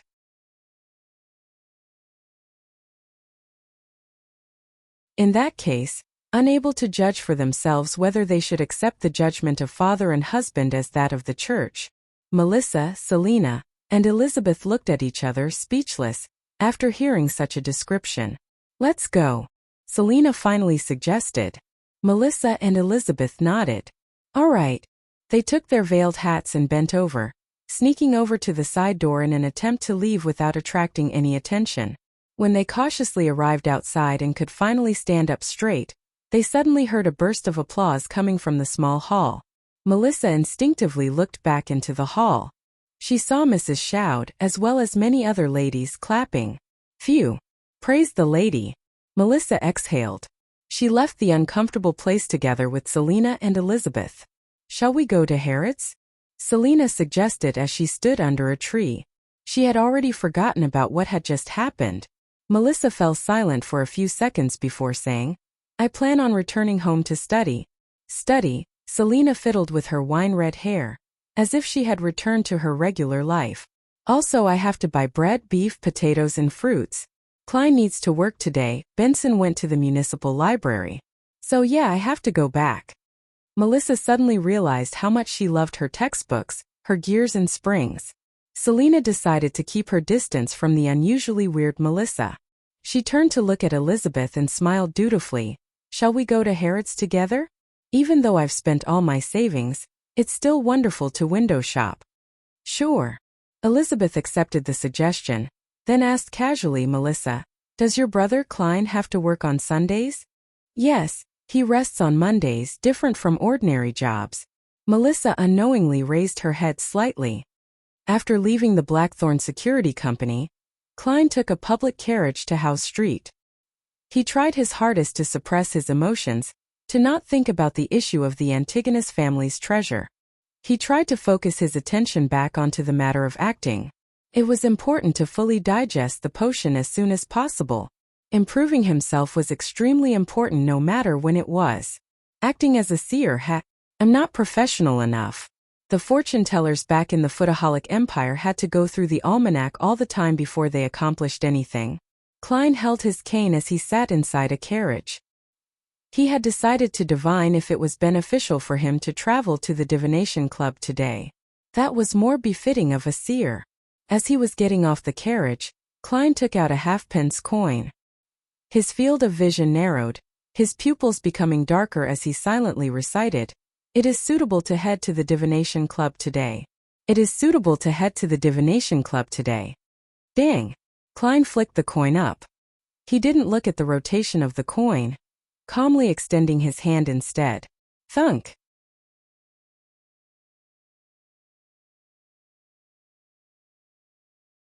The halfpence landed in the middle of his palm. This time the number 1/2 was facing up. With the number facing up, that means that I would encounter an unfortunate incident at the divination club today. Klein thought for a moment before he turned to the opposite side of the street. He waited for the public carriage that was headed for Daffodil Street. He felt more and more like a charlatan. Howe Street, at the entrance to Harrods department store. Selina was just about to enter the building when she suddenly froze and looked to the side. Did something happen? Elizabeth asked, puzzled. Selina puffed her cheeks and said, Elizabeth, I thought about my mysticism teacher, Mr. Vincent. He passed away just like that, the morning after my birthday. Could it be because I peeked and used his secret incantations? I've always felt guilty and uneasy because of this. Besides, I've been rather unlucky recently. So? Elizabeth asked quietly. Selina bit her lips and said, I wish to do a divination at the divination club over there, and see if Mr. Vincent's death had anything to do with me. From what happened at my birthday banquet, I have this nagging feeling that Elizabeth is hiding something from me. I remember the back of the man in a tuxedo. Can't you divine it yourself? Elizabeth asked in surprise. Selina sighed, imitating her father. Sigh, I cannot divine it given my current condition. All right, let's head to the divination club first. Elizabeth agreed to her friend's suggestion. They headed over to the side and made their way to the divination club on the second floor by following the stairs. "Hello, good afternoon, Miss Angelica. It's a pleasure meeting you again." Selina gave a lively greeting at the reception area. Angelica smiled and said, "You should be able to find me here as long as you come after lunch." Selina exchanged niceties before lamenting Hannes Vincent's death. She then said, "I need to have a divination performed. You know the rules of the club. Here is the list of members willing to do it. It's the weekend, so most of our members are here." Angelica explained like clockwork. Selina and Elizabeth huddled their heads together as they scanned the list of names and description together. "I used to just ask for my teacher directly. To think that the club would have this many members willing to do divinations compared to last year," Selina said excitedly. Suddenly, she paused for a few seconds and said in puzzlement, Klein Moretti? Isn't this name the same as Melissa's brother?" Elizabeth froze. She looked repeatedly at the name Klein Moretti and nodded. "That's true, Miss Angelica. Is this Mr. Klein Moretti around?" Selina asked with a sparkle in her eyes. Angelica shook her head. "My apologies, Mr. Moretti didn't come to the club today." "All right, we'll find someone else." Selina didn't mind not seeing the person, but she laughed at her friend. "I know that this can't be Melissa's brother, but having seen this name, I naturally thought of a newspaper. A headline worthy of the Intis Press. The Intis Press was created by Emperor Roselle, famous for its attention-grabbing headlines. It was one of the most famous newspapers in the northern continent." Elizabeth asked inattentively, "What headline?" Selina cleared her throat and said, "Is it the decay of morals or a problem with society?" History graduate actually ends up doing divinations over the weekends to make a living. You're tuning in to the Li Mei's Wuxia Whispers YouTube channel. We're so grateful for your support, and don't forget to subscribe to join us on this incredible journey through captivating stories. Your generosity through donations truly makes a world of difference, as it's the primary source of revenue that allows me to expand and enhance this channel for you. Thank you from the bottom of my heart for being a part of this adventure.